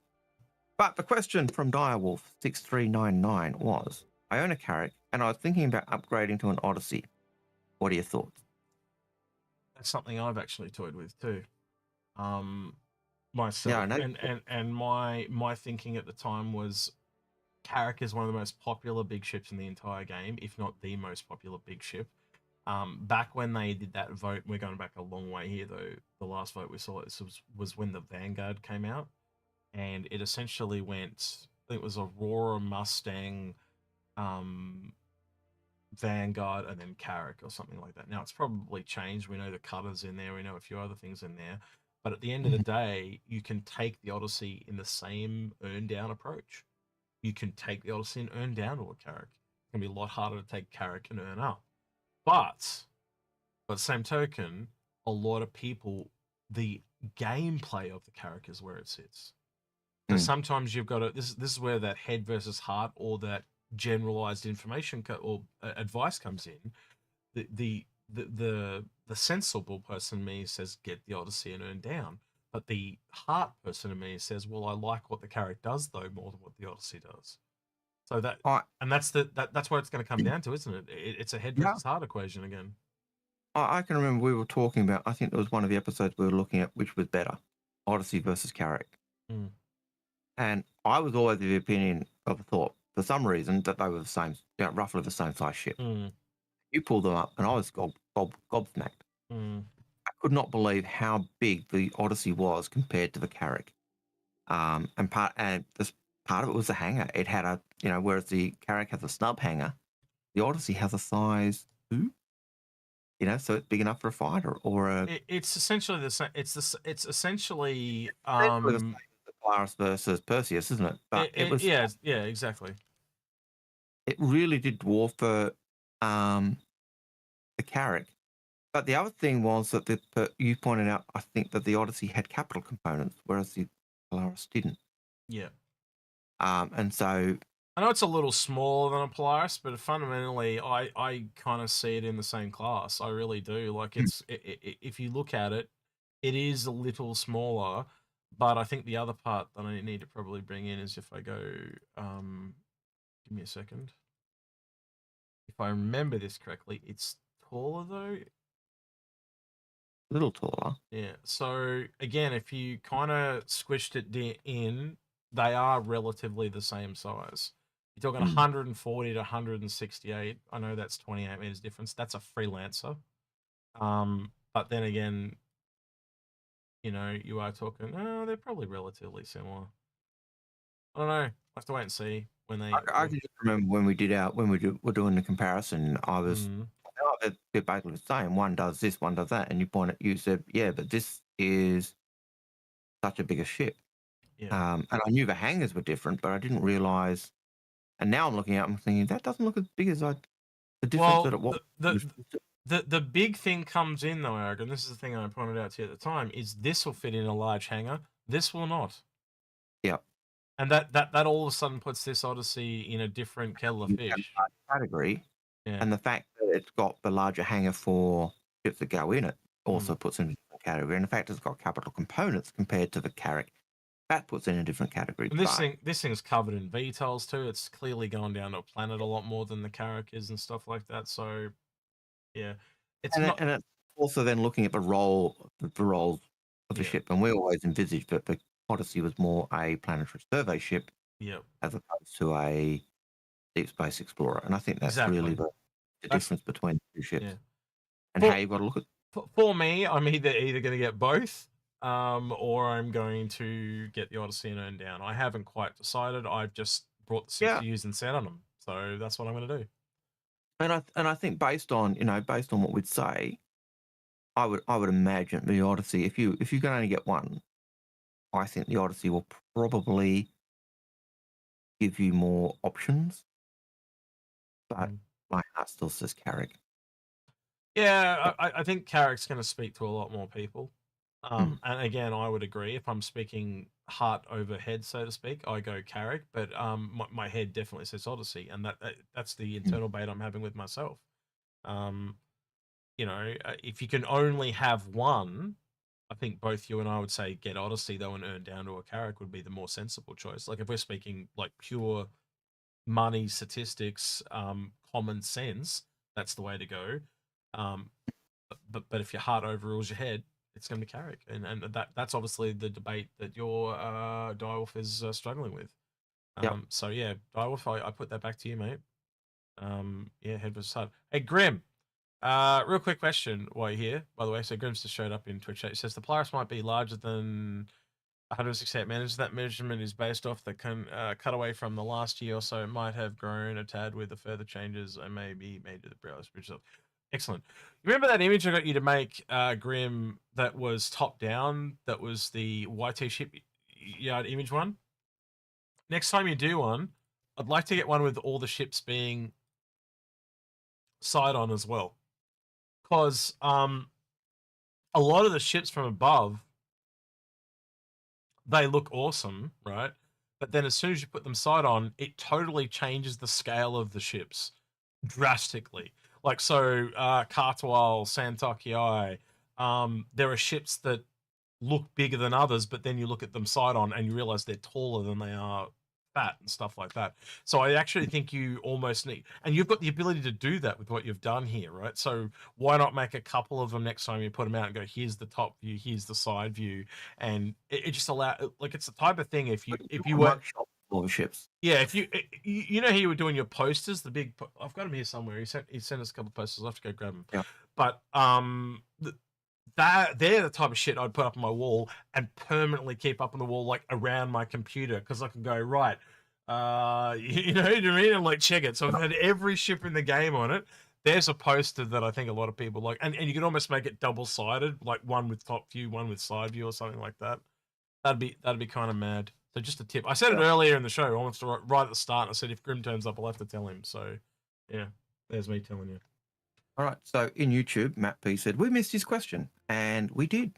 I went back and found it, and I had accidentally ticked it as being done when we hadn't answered it. My apologies, Matt. That was on me. Senior moment. It's all good. All right. What is it? Read it to us. Happens. So Matt P's question, which will get us to that 8 o'clock time slot, which is nice. French kiss. He says, CIG always said you can't earn a referral ship twice. But I just got my second Dragonfly. My first was in 3.14, patch 2021. Do you think that's because the current bonus included the armor, etc.? I would imagine that is the case, because they're not actually identical referral bonuses. One's a Dragonfly Plus, and one was just a Dragon. That would be my guess. Damn. So a content creator friend of mine actually used my referral code on his YouTube channel for about 5 hours and got me that. I only just realized he did actually tell me. So yeah, that is easily the best referral they've ever done.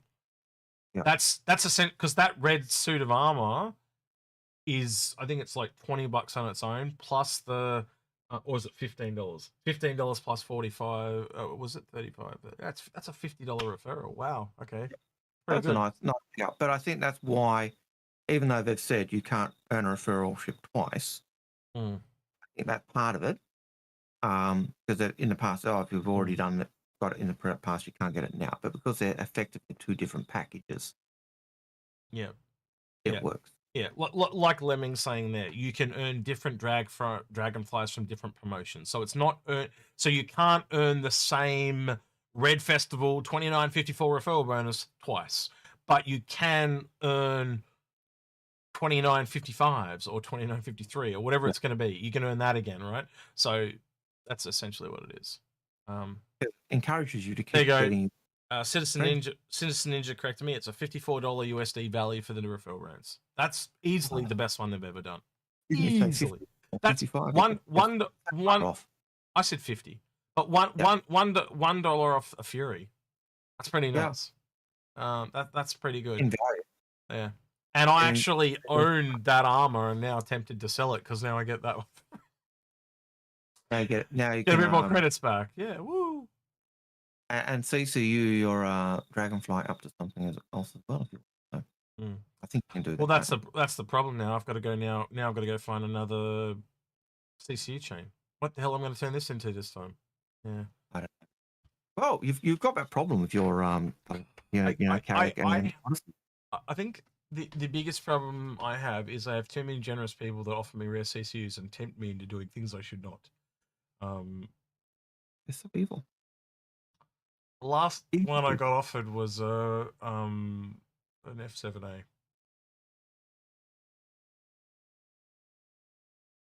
Yeah, I know. It's very tempting.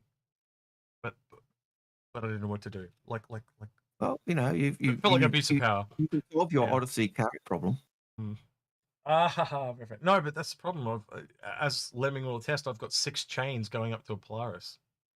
Currently, that's more than what I need. I've gone too far. I'm turning into you. What can I say? Yeah, bad influence. That's keep your telling fault. people Down syndrome is real. It's an insidious disease, and it catches you unaware. All right, I know you said we've got no more questions, but we've actually had about another 6 questions come in. So what I'll do is I will cut the bot because we've only got 10 minutes left. Otherwise, we're going to keep getting questions, and we'll do the last 6 questions. Yeah. So there's a couple of people that saying you guys still taking questions, but yeah, yes, we are. Question. Did you? No, Lemming. We did not talk about the war bonds. No, we did not. Is there anything good there, Lemming? And if you're in Lemming, you're in chat. I can see you. So speak up if you want to say it. Do I sound okay today? Yeah, you do. Than last time, yeah. It turns out I have to tell everyone because it was hilarious. He had his headphones on backwards. That's how good the mic was. It was picking up the mic. What the? How do you put it on backwards? Anyway, all right. Anyway, Lemming. Right, He was tired. It was early. I don't know. Anyway. So the Hawk War Bond hasn't been offered since 2020. Damn. And is better than it was last time. It was 95 before. It's 90 this time. So that's pretty crazy. That's actually a very good value ship on its own as well, because in game it's actually more valuable than a Hurricane, and a Hurricane is twice the price. I think it's 195 out of game. It's kind of nuts. So yeah, that's pretty good. Actually, I'm just thinking, would it be, instead of going to them individually, maybe I'll do it on both pages at once. Hold on. So these are the ones that are on offer down here, right? Is there any others besides the Hawk, or just the Hawk? Yeah, so the Sentinel is also one to talk about. All right, give me a minute then. I'm just going to have to open a couple of these. So we've got Pledge Store. How many is there in total to talk about? There's 3 total. I think there's 3 total. All right, but ship upgrades, only 2 of them are really ship upgrades. Yeah, and ship upgrades. And we keep telling people that Lemming is our CCU war bond. He just does it when I don't have time to do it, which is pretty much all the time these days. He keeps track. He's so good at it. He keeps track of your CCU. Yes, he does at the moment, because I just get too damn busy to do anything. All right, so we're talking that one. What's the ship we're going from, please, Mr. Lemming? So that's kind of an interesting question. There's the Herald and there's the Warlock. Both of them, I haven't bought the CCU yet because I'm torn on which one to get it from. Both of them are offered the same number of times a year, and both of them are just about as likely to get war bonds. We did have a price increase on the Warlock recently, though, didn't we? No, and that's one of the risks, is that the Warlock didn't get the price increase of the Titan. So, well, you know why that is, though, because they're essentially the same ship now. That's why they didn't do it. Yeah. Yeah, that would confirm to me what I suspected for a long time. The Warlock's not the one I'm thinking of. I'm thinking of the Stalker and the Titan. The Warlock's the other one. I think it's the MP one. Yeah, it is the MP one. Oh, look, I'm gonna be honest with you. Both of those seem like choices. If I was forced to pick one, I would still go with the Herald. Personally, just based on the because this is in flux and it's got other variants. This does not have other variants, so it's far less likely to move in my book. So that's the one I would go with. I can't imagine another small data runner coming out that would push the Herald off of its price. Yep. So what's the other ones, mate? So we've got the Hawk. What else have we got? We have the Sentinel, which is actually a really interesting war bond. Yeah, that doesn't come out. I can hear SA right now. I don't know about you, but because it's actually $5 cheaper than the last time that it was offered. 400i. Yeah. 400i, Corsair, Apollo. Yeah, there's a couple of choices there. I'm assuming you either went Apollo or 400i just based on what I can see here. Actually, Corsair or 400i is what I would do because the Corsair just had a bunch of war bonds offered, and so a lot of people are going to have those. And then the 400i has a war bond right now. Yeah. So what we're talking here, guys, is always a speculation of which one's safer. But obviously, if you've already got one of those ships, that's obviously the one you would pick up. But yeah, Corsair's a good SU from a ship as yes. Lemon was saying. Most people like a Corsair SSU because they. Yeah, I know that I've got some Apollo ones, and I do know I've got some Corsair ones, and I think I don't have any 400Is, and I don't have an Inferno. So yeah, mine would be one of these two. But yeah, we'll leave it at Corsair for now. I want to also talk about the people in Twitch chat. So CIG has never, and I mean never, increased the price of a ship when its functionality comes online. They have never done it, ever. A lot of people get scared because they're like, oh my gosh, tractor beams are coming. So everything with a tractor beam is going up in price. There is just no historical evidence that CIG has ever done this. Yep. They've only done it with when a ship goes from essentially fire ready is the term I think they used to use. And the only times we've seen them do the price changes other than that was when they increased the Avengers and the make room for others essentially. Make room for the 100 series. So when there's another ship that comes in that competes against it, for example, when the Cat was 295 and the C2 was 400, it was like, what, why? These are both medium cargo ships. Yep, and that is clearly why the Cat has jumped up. And the Cat was even cheaper than that, I think, initially. I think the Cat was like, God, I'm going way back now, though. It was cheaper than... It's actually had a couple of price increases since its initial release. Because I remember I got one for like, I think it was 220 or 250, and now it's up to, what is it, 330? I think it was 250 at concept. Yeah, that's the one. I think, but I'm just talking off the cuff right now. I'd have to go back and check. It has been a long run, but we can do that. What's this last one then, man? The one that... It's the Mantis, and the Mantis is a trap. Unless you want a Mantis. Nice pun there. In more ways than one. A trap in more ways than one. Is that what you were trying to say? Yeah. Okay. Nice pun. Yeah, kind of. Yeah. But yeah, it puts you at a bad price point. There's not a good way to get to that price point. Unless you want a Mantis, there are so much better options. If you're gonna go around that 150 price point, do something like the Tally Base or the E1 or something like that that's gonna actually go up. Again, there are a lot of calls in piracy groups for the Mantis as well. There's a lot of people that have come onto that after the fact, so there may be a few people that are interested in that. It is a gorgeous ship. Yeah, I've got to say, it is a gorgeous ship. If you it's a beautiful ship. A gorgeous ship. If your head was held to the flame, Freelancer Dur, I'm assuming. Nope. Cutlass Red. You'd go Cutlass Red. I go the older ships, but there's nothing wrong with Cutlass Red either. So Dur has never had a war bond. This is true. So this is true. The Cutlass Red has a war bond fairly often. So what he's saying is the Dur will get one soon. No? I'm kidding. But it will eventually. Maybe. Yeah, maybe. But he is right. Yeah, no, you are right. The Duro's never had one. So the opportunity there is if you get a war bond to the Mantis, you're likely to be able to pick up a war bond from a Cutlass Red, which will give you a bigger discount than if exactly. Yeah. Based on what we've seen so far. Yeah, absolutely. Also, it's important to remember that the Dur doesn't do anything right now. This is true.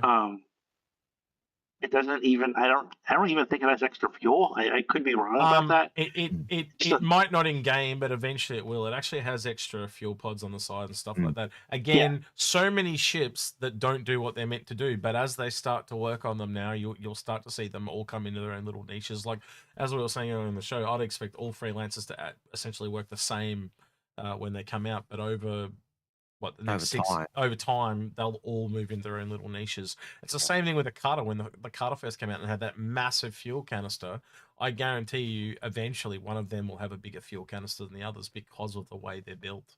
But we'll just have to wait and see as they come online. And again, it's 200 plus ships they've got to sort through. That is a lot of tweaking and backwards and forwards. And I'm sure there's more than one person on that. That would literally be a massive team job. You know, how many people do you see on IC today? Like 5, 6 different people. Just talking about that. So yeah. Thank you for that, Lemming. Anything else? I have a feeling that a drinking game in that ISC. Every time I talked about mentioned a word of it. So Lemming, you were going to say? I have a feeling that a couple ISCs ago or Star System Labs or whatever, they showed that the Montreal group is putting together those style guides.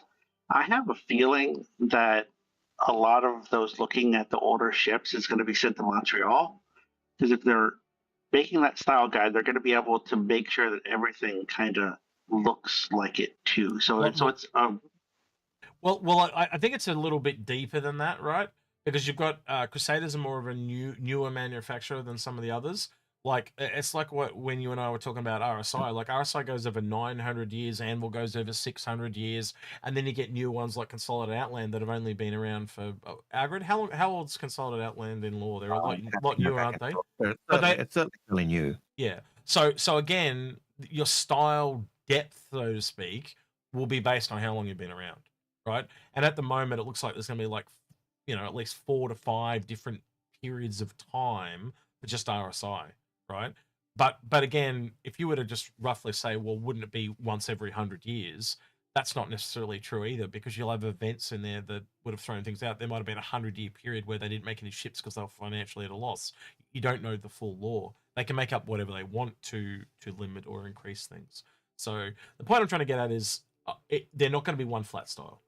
You know, it's like you look at a Ford Mustang from 1969. I don't know my cars, right? So let's just say it's 1969, right? That's 50 years ago. That's not going to look the same as the Ford from today. And they're going to want that feel as well. And we already see that right now with I think the best example, and I did bring this up a while ago, Algared, is the Hurricane versus the F8. Both made by Anvil, both heavy fighters, but literally one is brand new and one is one of their older Jace Aerospace designs. So it just shows you night and day differences between the two. And I like that. I really like how many games do you play where the alien race all wears the same uniform and they all fly one ship? Boring. It's boring as batshit, and it's not real. Like, it just shows that they're one-faced aliens that are out there just to crush and kill. It's kind of shit, you know, and it provides no depth. But yeah. Anyway, Lemming, thank you for your insights. Appreciate it, mate, for taking the time. It definitely. Have a good weekend, everyone. Yeah. You too, Lemming. All right, let's get back to these last few questions. All right. So the next question is from Hook 2005, and they ask the question: which ships are you looking forward to or think we will get for Invictus? I'm always looking forward to new ships, Algared. I think you and I both are like that. Yeah, I don't care which ships come if they're new. Yeah, like obviously vehicles are just not like quite as cool as a ship, but I still like to see them. Even that, I'm happy to see them. Yeah, it's a step forward. It's progress and stuff like that. This Invictus specifically, I think we'd probably be really weird if I know we don't have the gameplay, but I would have liked to see the Legionnaire come, like those more military ships. And it would have been, correct me wrong, it would have been exactly 2 years since that thing was announced. Pretty sure it was announced at the Invictus, so it would have been saying that nice. Yeah, I'm not sure. I can't recall when it was announced. I know I often think the ships were announced a lot earlier than they were, and I look at the release date, the concept date, nothing. Man, that long? Doesn't feel like it. But yeah, I will certainly see the military ships, or ships that certainly have a military application. Polaris? Polaris would be nice. That would be a very nice pick up for. Don't know if it'll be done by then, but it'd be nice to see that kind of, even if they popped into the game similar to the event with what they're doing with the Idris, so only CIG can use it or AI, and we get to fight it. That'd be kind of cool too. And indeed, you know, because server meshing is not online or whatever. But I think I get the feeling the Polaris is tied a lot more to server meshing than a few other things. Yeah, I would certainly hope that would be the case. But yeah, Polaris would be a nice one to see. We know that they've talked about they're working on the Polaris, the Perseus, and the other RSI ship, Galaxy. Yep. The same in the same family ships at roughly the same time. I would hope, given it's Invictus, that we'd see the Polaris. But I'd be happy for any ship, new ship to come. But yeah. Yeah, I'd like to see a ship come with the next patch. I think Invictus may be around, or 3. I'm talking about 323 here, by the way. I think that may be around that time. And I also think the interesting thing is they haven't got any designated number for what would be 324, so it may actually be 4.0. Well, it depends on whether they get I imagine, server meshing, or will they do 4.0 once Squadron's out the door? I think the safe way to answer this question would be any of the ships we saw in the Yellow Curtain video. I think any of those are totally viable options. They did also say more as well. Lemming also said the G12, because that has been on the roadmap as well. So that's and it's military based. You've got the AA variant is the military variant, so they could spin it just like they did with the Lynx into that as well. Yeah, the Lynx was the last ship I expected to see at an Invictus launch week. Likewise. I'm going to be honest, I would, out of the vehicles that kind of that haven't come out, so to speak, G12 actually kind of interests me because it does rival the Ursa in size. So we don't have a lot of medium-sized vehicles, believe it or not. They tend to be smaller or larger, but not medium. So interested to see how it pans out. So yeah. So Jack the lad XX says, if the player to NPC ratio is 1:9, does that apply to NPC crew? Good question. So the main reason why they have more NPCs is it stops players from taking over and manipulating the world. In other games, certain people were able to get to a certain position on, say, auction houses and stuff like that, where they totally dominated the game and there was no way they could fix it. With this, if players, for example, say to blockade an area, they can send in NPCs to unblock that area, so to speak, by attacking them or whatever. But even it gives them the opportunity to have a different node that does that resource, and the NPCs just exploit that resource, so they can use the NPCs in the behind the scenes area to actually balance. And it makes the world feel more filled in, like it's a living, breathing world. Because how many times do you get cities and they're just empty? But this they can put NPCs in and make it feel full and like it's a real place. Even in the game now, you go into a game like now, and a lot of the places feel empty because there's just not NPCs there to move around because they don't have the bandwidth to do so. Now, if I also remember correctly, Tony Z worked heavily on Ultima Online. Ultima Online is where we get when we talk about shards. Our Ultima Online was the place where they develop shards. Tony Z worked heavily on the economy in Ultima as well, and so he's pulling all the things that work from that and with the lessons they learned from what didn't work and applying it to our game. So yeah, I look forward to what we get and how they develop that. But I think in terms of the NPC crew question, I always had the impression that would it be 2 to 3 NPCs with max the player could kind of control, because you can control an NPC that could possibly be a wingman, and that kind of puts limits on what they want us to be able to do, I think.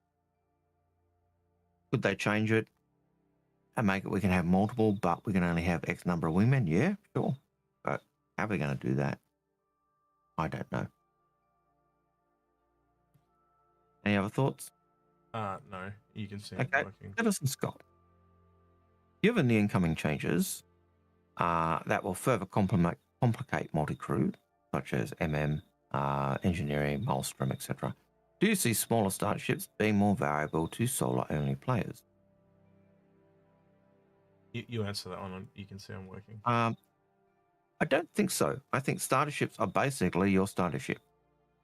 They're the ship that you would start with. you'll test the waters, you'll see where you want to work in, and then you push up to the next level ship.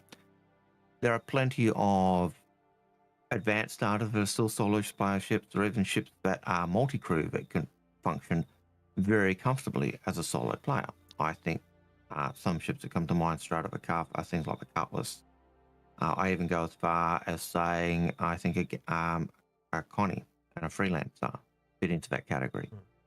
Yes, you've got engineering. Yes, you're going to have to do repairs. In the same way that a solo player ship is going to need to do repairs at times. And if you're in a fighter, you've got to do repairs outside. If you're in a larger ship where your components are inside, yes, you have to stop, get out and do your repairs, but at least you can do them from inside your ship. Pros and cons to everything, isn't there, in that regard? Yeah, it's not just a yes and no. There's the whole scale of things, and so the point where there will be a point where trying to do a multi-crew ship solo just doesn't work. But you need so many people to help you, or to do those positions. But some ships are going to be fine, I think, as solo. Will you be able to do them as, can I fix it? If I'm trying to get away from someone, can I go and repair the damage? No. But if you're in a fighter and you're trying to get away from someone, can you fix your damage? No. So some of those arguments that people put up against engineering being, oh, engineering's coming, the world is falling. Yes. It's literally the sky's falling. You're just not thinking outside the box. Give it a break. And I'm not talking to you, Citizen Scott. I'm just talking about everyone else I keep hearing saying that. So I don't necessarily think that just a small starter ship will necessarily be more valuable. Will they have increased value and more use over time? Possibly. But I think there are other ships as people develop their skill and their game and where they want to go, where they'll actually transition into.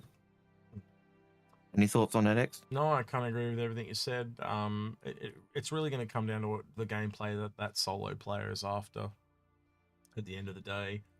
And in regards to benefits of different ships and different sizes, again, like you're going to be stretching yourself if you're trying to put yourself into multiple ships, but you've got the potential to earn so much more money. So it's a balancing equation. You're just going to figure out what you want and what you don't want. Yeah.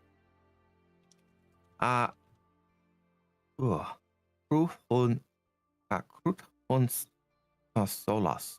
Yeah, I butchered your name. I apologize. Cruthen Solus. Yeah. Okay. Yeah. Him. You two being a part of the SU player base longer than me, what do you remember about dev discussions on orbiting systems?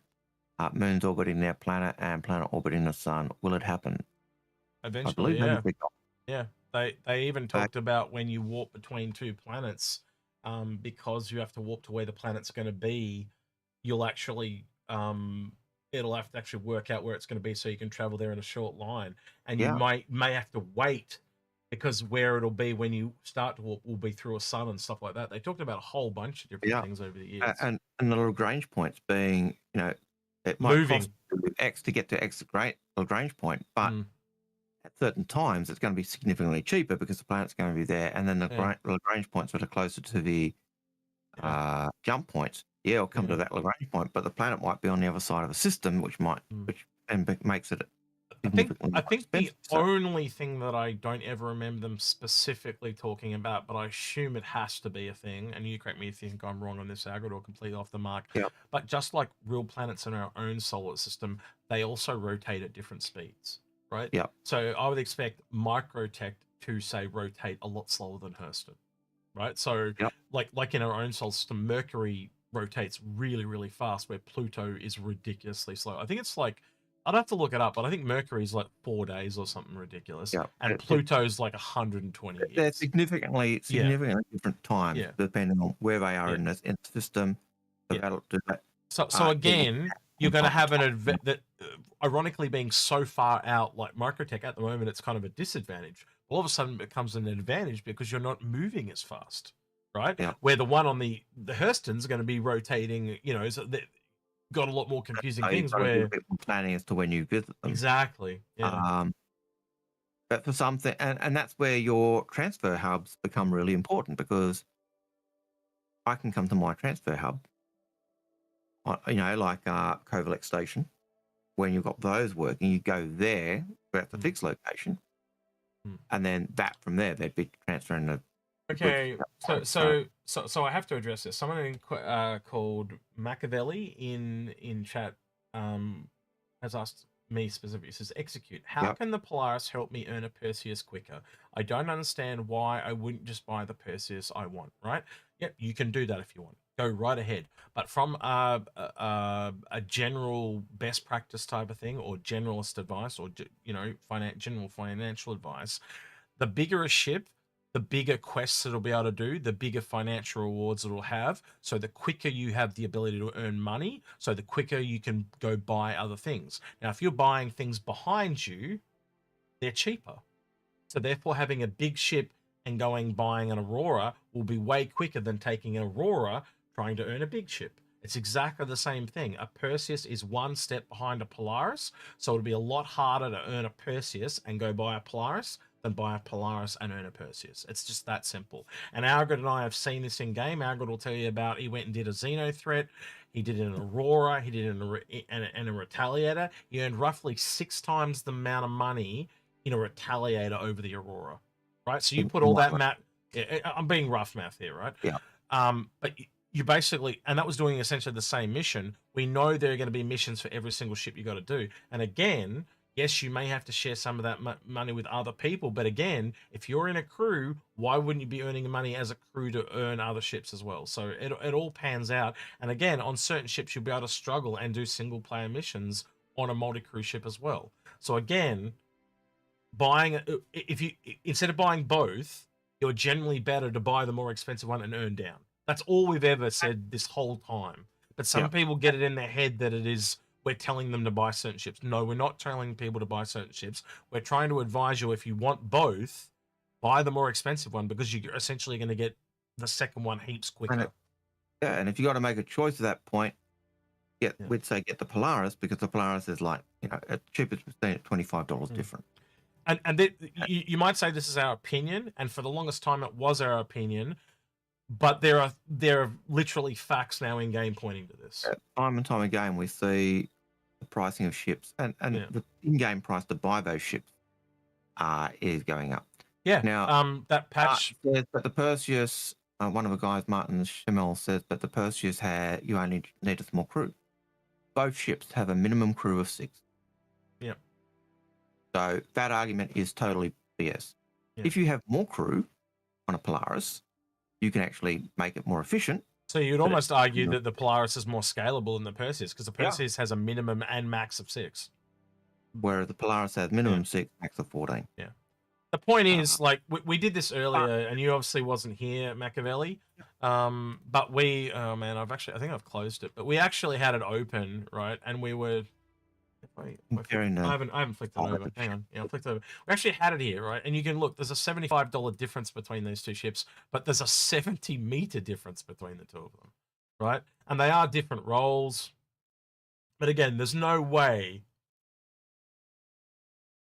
just looking at those ships, you cannot tell me that one is not clearly more valuable than the other, just based on the size. You know, just use missiles. 10 size 5 torpedoes, 32 size 3 missiles, 28 size 10 torpedoes.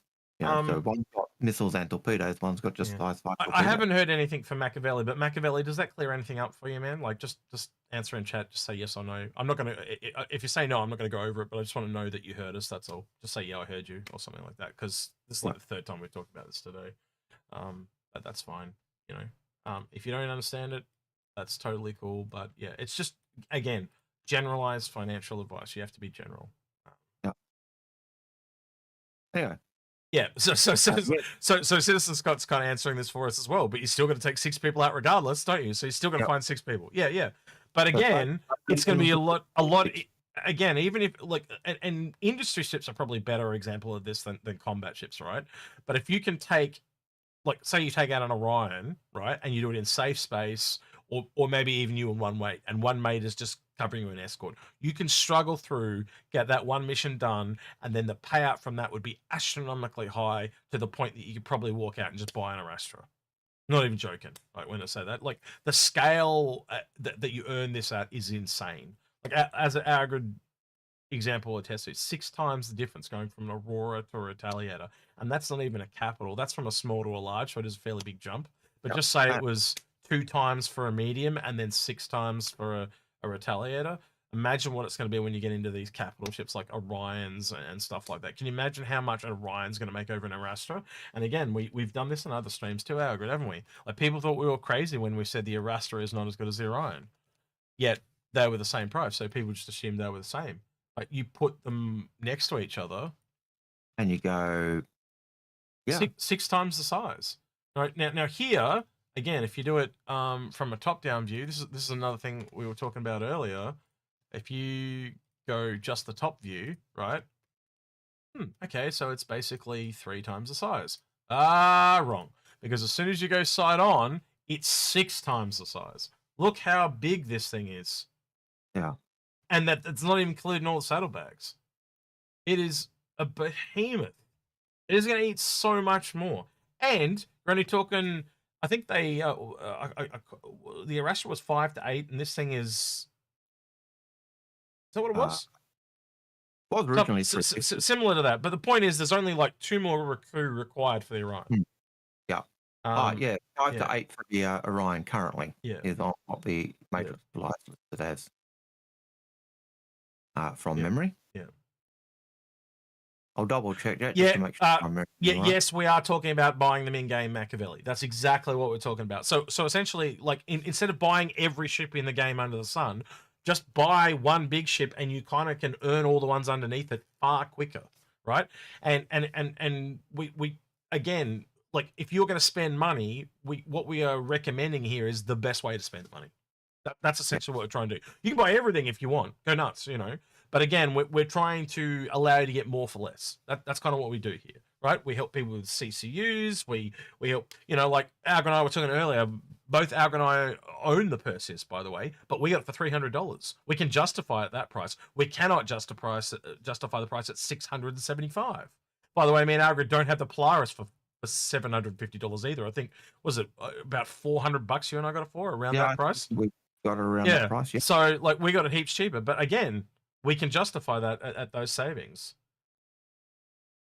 Yeah, again, if you've got the money, man, buy both. Like, that's what Chris is saying. Not saying don't buy it, it's just saying when we look at the value of those ships, that's exactly right. We see the Polaris being significantly more valuable if you're putting the money down. Pay what you can afford. If you want both, go buy both. If you want to pay full price, pay full price. But if you can get it for cheaper, why wouldn't you want to get it for cheaper? And again, if you're spending thousands of dollars on a game, wouldn't you want to spend that the best way possible? Wouldn't you want to get the best bang for your buck? Wouldn't you want to get the most number of ships possible? That's all it is. It's not telling you how to spend it. It's just almost like advising you on how to get the best bang for your buck. That's no other way to say it. We give the best advice we can based on what we understand. Generalized advice, yeah. But you can then, but we would not say you must do this. It's up to you afterwards whether you accept, deny, use, apply, modify what we say, and that's okay. That's fine. So we got a first-time chatter there called Wild Dog Gamer. Lol, just answer why we don't know what the economy. No, that's not true. We do have an idea of what the economy is going to look like. We do have quests in game now that pay out. That shows a thought process of their intent. Based on their intent, you can make logical assumptions and calculations that make sense. And again, as time has come along, all these things that started out as assumptions or logical thought speculation has come true. A lot of them have. And this has not been disproven. It's logical sense too. A ship 6 times the size is going to mine more than a ship that's 6 times as small. It's just basic math. If you can expect that ship to keep up with this, you got rocks in your head. And if I pull out the Polaris, it's even more scary. I've had people say the Polaris will be able to keep up with this, and that is, or I can have 6, or 8 Polarises, and it will scale to the side. That is bananas, right? I can pull out the old image Algared, but it's just quicker if I drop the the prospector in here, because there's this really old image that we used to pull out all the time, right? There is no way you can expect that to keep up with that, right? Look how it's as big as the laser. And then you look at the price, and 6 the cost of six prospectors will get you an Orion. So now, Machiavelli, I get you. You're saying I understand what you're saying. Great. We're not saying don't buy every ship you want. What we're saying is if you want a Polaris and a Perseus, get the one that's best value for you. Yeah. If you can only buy one, and then earn the other ship down. If you only want a Perseus, fine, get a Perseus. Don't get a Polaris. I think this is why some people get angry at us, Hagrid. They think we're telling people how to spend the money. No, we are trying to help you spend your money in a more budget-friendly way. Right. So I think that kind of shows it pretty significantly. There's 6 prospectors, and it might even be 8. I can add 2 more if you want, whatever. But like, there is no way they even remotely compete with that thing. It's just they don't. Right. And that's looking at the real world cost versus the. We also know that when the game comes out, that a lot of the ships are going to multiply in value, and the bigger they are, the more they're going to multiply. Based on interviews I had with Chris, he said Aurora will stay the same, Connie will be about 5 times as much, and Idris will be 10 times as much. So if we take that and apply it roughly to our example here, you know, Prospector says the same, Arastra is a bit bigger than a Connie, so let's say 6-7 times as much, and this thing 10 times as much, but it's already 6 times the size. You get where the math's going pretty quickly. You know, like that's how much more they're going to earn. And I can remember Chris talking about the price of ships again, similar vein. Aurora very cheap, you know, only about a month of gameplay to get. And they're talking at a price, and he said capital ships, that's like buying a super carrier. Yeah, it's like, you know, sedan, camper van, super carrier in terms of price differences, what they'll be in game. Herbie 53's got a really good example there that you and I have used in the past as well. He says, just look at the Reclaimer versus Vulture, says all you need to know. And I remember you talked about that with the, at the time, the first stat we looked at was just cargo capacity, right? It literally takes, was it 16 Vultures to equal 1 Reclaimer in cargo space alone? But then if you also then looked at the price, it was 2.5 Vultures. How does that it's the same thing here. 8 Prospectors would be way over the top of the price of 1 Orion, but they would not be competing anyway in the same class. Right? But I think the example with Orion of the Reclaimer versus the Vulture is really classic because they're both in game. They're both doing salvage at the moment, and yet you can, you know, with a crew, you can actually get 16 times the cargo and make massive mint. Whereas on a Vulture, you can do it. Great, you can do 6 mates or 2 mates. You've also got a bit of variety too, don't you, in the Reclaimer? You can switch around the seats and do different things. In the Vulture, you're doing it literally all yourself. But the difference is you get 2 mates in Vultures and you do it at the same time. Yep. And you fill both of those up and then go back. You do that in a Reclaimer, you can get, you know, you if you only do 1 trip where you fill it up, you'll make 10 times the money because it can. And you'd be running back all the time in a Vulture where the Reclaimer, you've got the bigger cargo capacity, and then I can hear people say, but then you can offload to a cargo ship, but then all of a sudden you've got another person, so why wouldn't you be doing it in a Reclaimer anyway? Yep. And we're not, and again, and we don't have the medium salvage ship that's there either. You know, that'll eventually probably turn up. So again, it's just all basic math, and this is just using what we know and using other MMOs, things we know about other games. It's just all logical sense. Like the simple basic compass is this, right? If solo ships are so fantastic, what motivation do they have to move you on to bigger ships? And it has to be earning potential or some kind of benefit, right? So let's call it a benefit. So using that benefit to move you on, logically, it's harder to work in multi-crew ships, but the harder you work, the bigger the rewards. And we've seen that in games across the ability to maintain and just let me finish this. So across the board, right? So if going by the same basic logic that's been in games since the beginning of time, so to speak, why would it be all of a sudden do a backflip in Star Citizen? It wouldn't. Sorry, go ahead. Yep. But, you know, it's the same, you know, the upkeeper ships is, yeah, sure, a small ship, upkeep smaller. That is easier. Maintenance is bigger ships, cost more, but you're earning more. They're going to balance out. But in terms of buying them in game, those big ships are going to be significantly more expensive. And that's generally all we're saying. We're not saying small ships aren't good. We've never said small ships aren't good. In fact, I know we've both got small ships in our fleet. Yeah. But if you're looking at what better value to buy with your real hard-earned money, if you've got to limit yourself, we would say go big and earn down, because in the long run, getting that small ship and earning the big shipping game is going to be significantly harder. This is more like, instead of getting a Prospector, a Vulture, a Vulcan, whatever, just get one of those bigger variants and then get that and earn down. Or get the, say for example, get the Reclaimer and use that to get the Erastra and go across, right? Don't, like, again, I would also say, Agron, I would say you don't need anything more than a starter pack, right? But if you have swallowed that's why I've got a whole series called Fix My Fleet, because we are trying to help people get the bang for the buck and spend their money more wisely. Yeah. We've never had complaints because the option is always up to the person. We do not force things on anyone. We just show them the options and let them pick. And we say, this is what you've told us you want to do. This is what you've got. This is how you can get to everything you want to do for the same price. For the same spend. Thank you for the description with the Prime SPT error. And yeah, hey to you too, mate.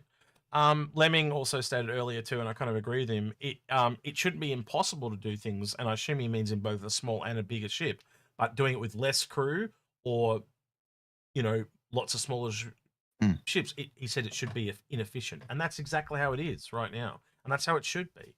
You can do anything you want, but obviously if you're trying to push shit uphill, it's going to be hard, you know? Yeah.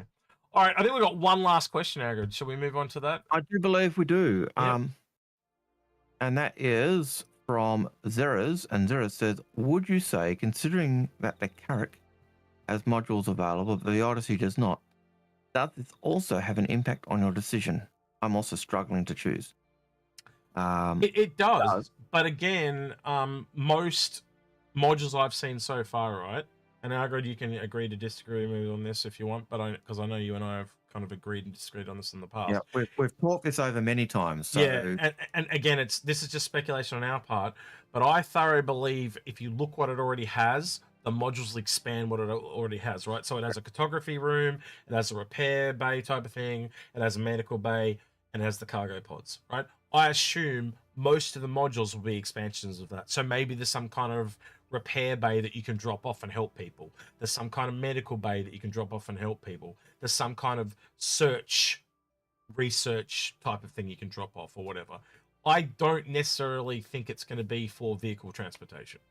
I think it is going to be more, that's just a flat cargo thing. No, I think, well, some of the modules I talked about very early on were crew quarters. Yep. So we have additional captain's cabin type. Well, they are already on it. So so they are a part of it. Yep. That's just one I've missed. Yep. Absolutely agree with you. There were talks way back when it was first done. People assumed that one of the cargo pods would be a medical bay. One of them would be a cartography load. One of them would be, so they've talked about science stations on them. So they're things we kind of know or have been hinted at in the past. But a module could be, and John Crew did say, hey, we could possibly make one big one that could take the big vehicles. Fundamentally, though, the characters, obviously, they are both explorers, but they do it in very different way. One is kind of like an industrial money-making explorer in the survey ship of the Odyssey. The character's more of that for the glory, Star Trek, helping humanitarian, doing that type of missions. It's the glory exploration. And I think that's far more, like that glory thing is far more appealing to most people, where the Odyssey is going to be very thoroughly scanning a planetary body of some description and essentially being a real estate agent and selling off a lot of what it finds and selling the data off and making money, right? Now, don't get me wrong, the Carrack will do that as well, but it's doing it in space, not doing it on the planet. So it's probably going to be selling its info off to, ironically, Odysseys. So we'll go, we found this planet and it's got heaps of minerals on it. Do you want the info? Yeah. And then it buys it, and then it goes there and thoroughly scans the shit out of it and then sells off exactly where it is. And the other aspect of that, can you take the Odyssey and go for deep space exploration? Exactly. Absolutely. Yeah. Can you take it back and do the planetary survey? Absolutely. But Efficiency, as Lemming said. Yeah. Here's our speculation coming up. We believe the Odyssey will be better for doing the planetary survey stuff, whereas the Carrack will be better at doing the deep space survey. And just to They add, can't do it, but to add what you're saying though, the reason we think this is if you look at the cartography room on a Carrack, it is a 3D globe, aka 3D space. When you look at the stuff from the walkthroughs of the Odyssey, it's a cartography table and 2D. So one's for planets. Again, we use 2D maps on Earth, but when we go into space, we use 3D planets and stuff. It shows you what they're mapping and scanning. So, you know, and even a position of scanners and other stuff. So there are reasons we think that. We could be wrong, but that's our thinking. But, you know, so take that how you will. Yeah, I think that kind of wraps that up. I think on Twitch today, we will just be rating Loken, our fellow Inforunner. If that's cool with you, Alfred. Loken plays. Indeed. Right, so we'll get that ready. Say hello to him. Double check with him that he's got March 16th. Yeah, double check with him. He's still good for the tier list show on March 16th. Yeah. Yep. That'd be great. And if he's not, say why not? Because we've planned it. Yeah, poke him. Poke him. Yeah, all right. Him tell him I'll be around later to poke him. All right. Twitch, say goodbye to YouTube. YouTube, blah, blah, blah, blah, blah, blah, blah, blah, blah, blah, blah. I have no idea what I'm saying. YouTube, say goodbye to Twitch. Twitch, say goodbye to YouTube. My time got tried. All right. Bye, Twitch. See you next time. Have a nice time. And they're out of here. Right. And they're gone. All right, YouTube. We will have a show for you. We didn't record one this week because Algared was at school camp terrorizing the kids. But we will have one recorded this Sunday. Don't know what it's going to be about. We'll make it up as we go along, as per usual. Anything else you want to add to that, Algared? No. Apart from like, subscribe, hit the bell as usual because it always makes us feel loved, special, and all that stuff. Feel free to even say you don't like it for some reason. Why you would say that, beyond me, because we're lovable and kind and sweet. Leave a comment, be respectful. We do read every single solitary comment. And thank you to... But we do read them. And thank you to everyone at the end of the video that went that extra mile on Patreon in the credits. With that then, here's me and Algared. He's been Execute. Yeah, I'm up here. I'm up here. Not across there. I'm up here. I'm watching YouTube. So. Oh, right. You're pointing sideways. Right. Yeah. Okay. Right. With that, then we're still on the ship's thing. See you, citizens.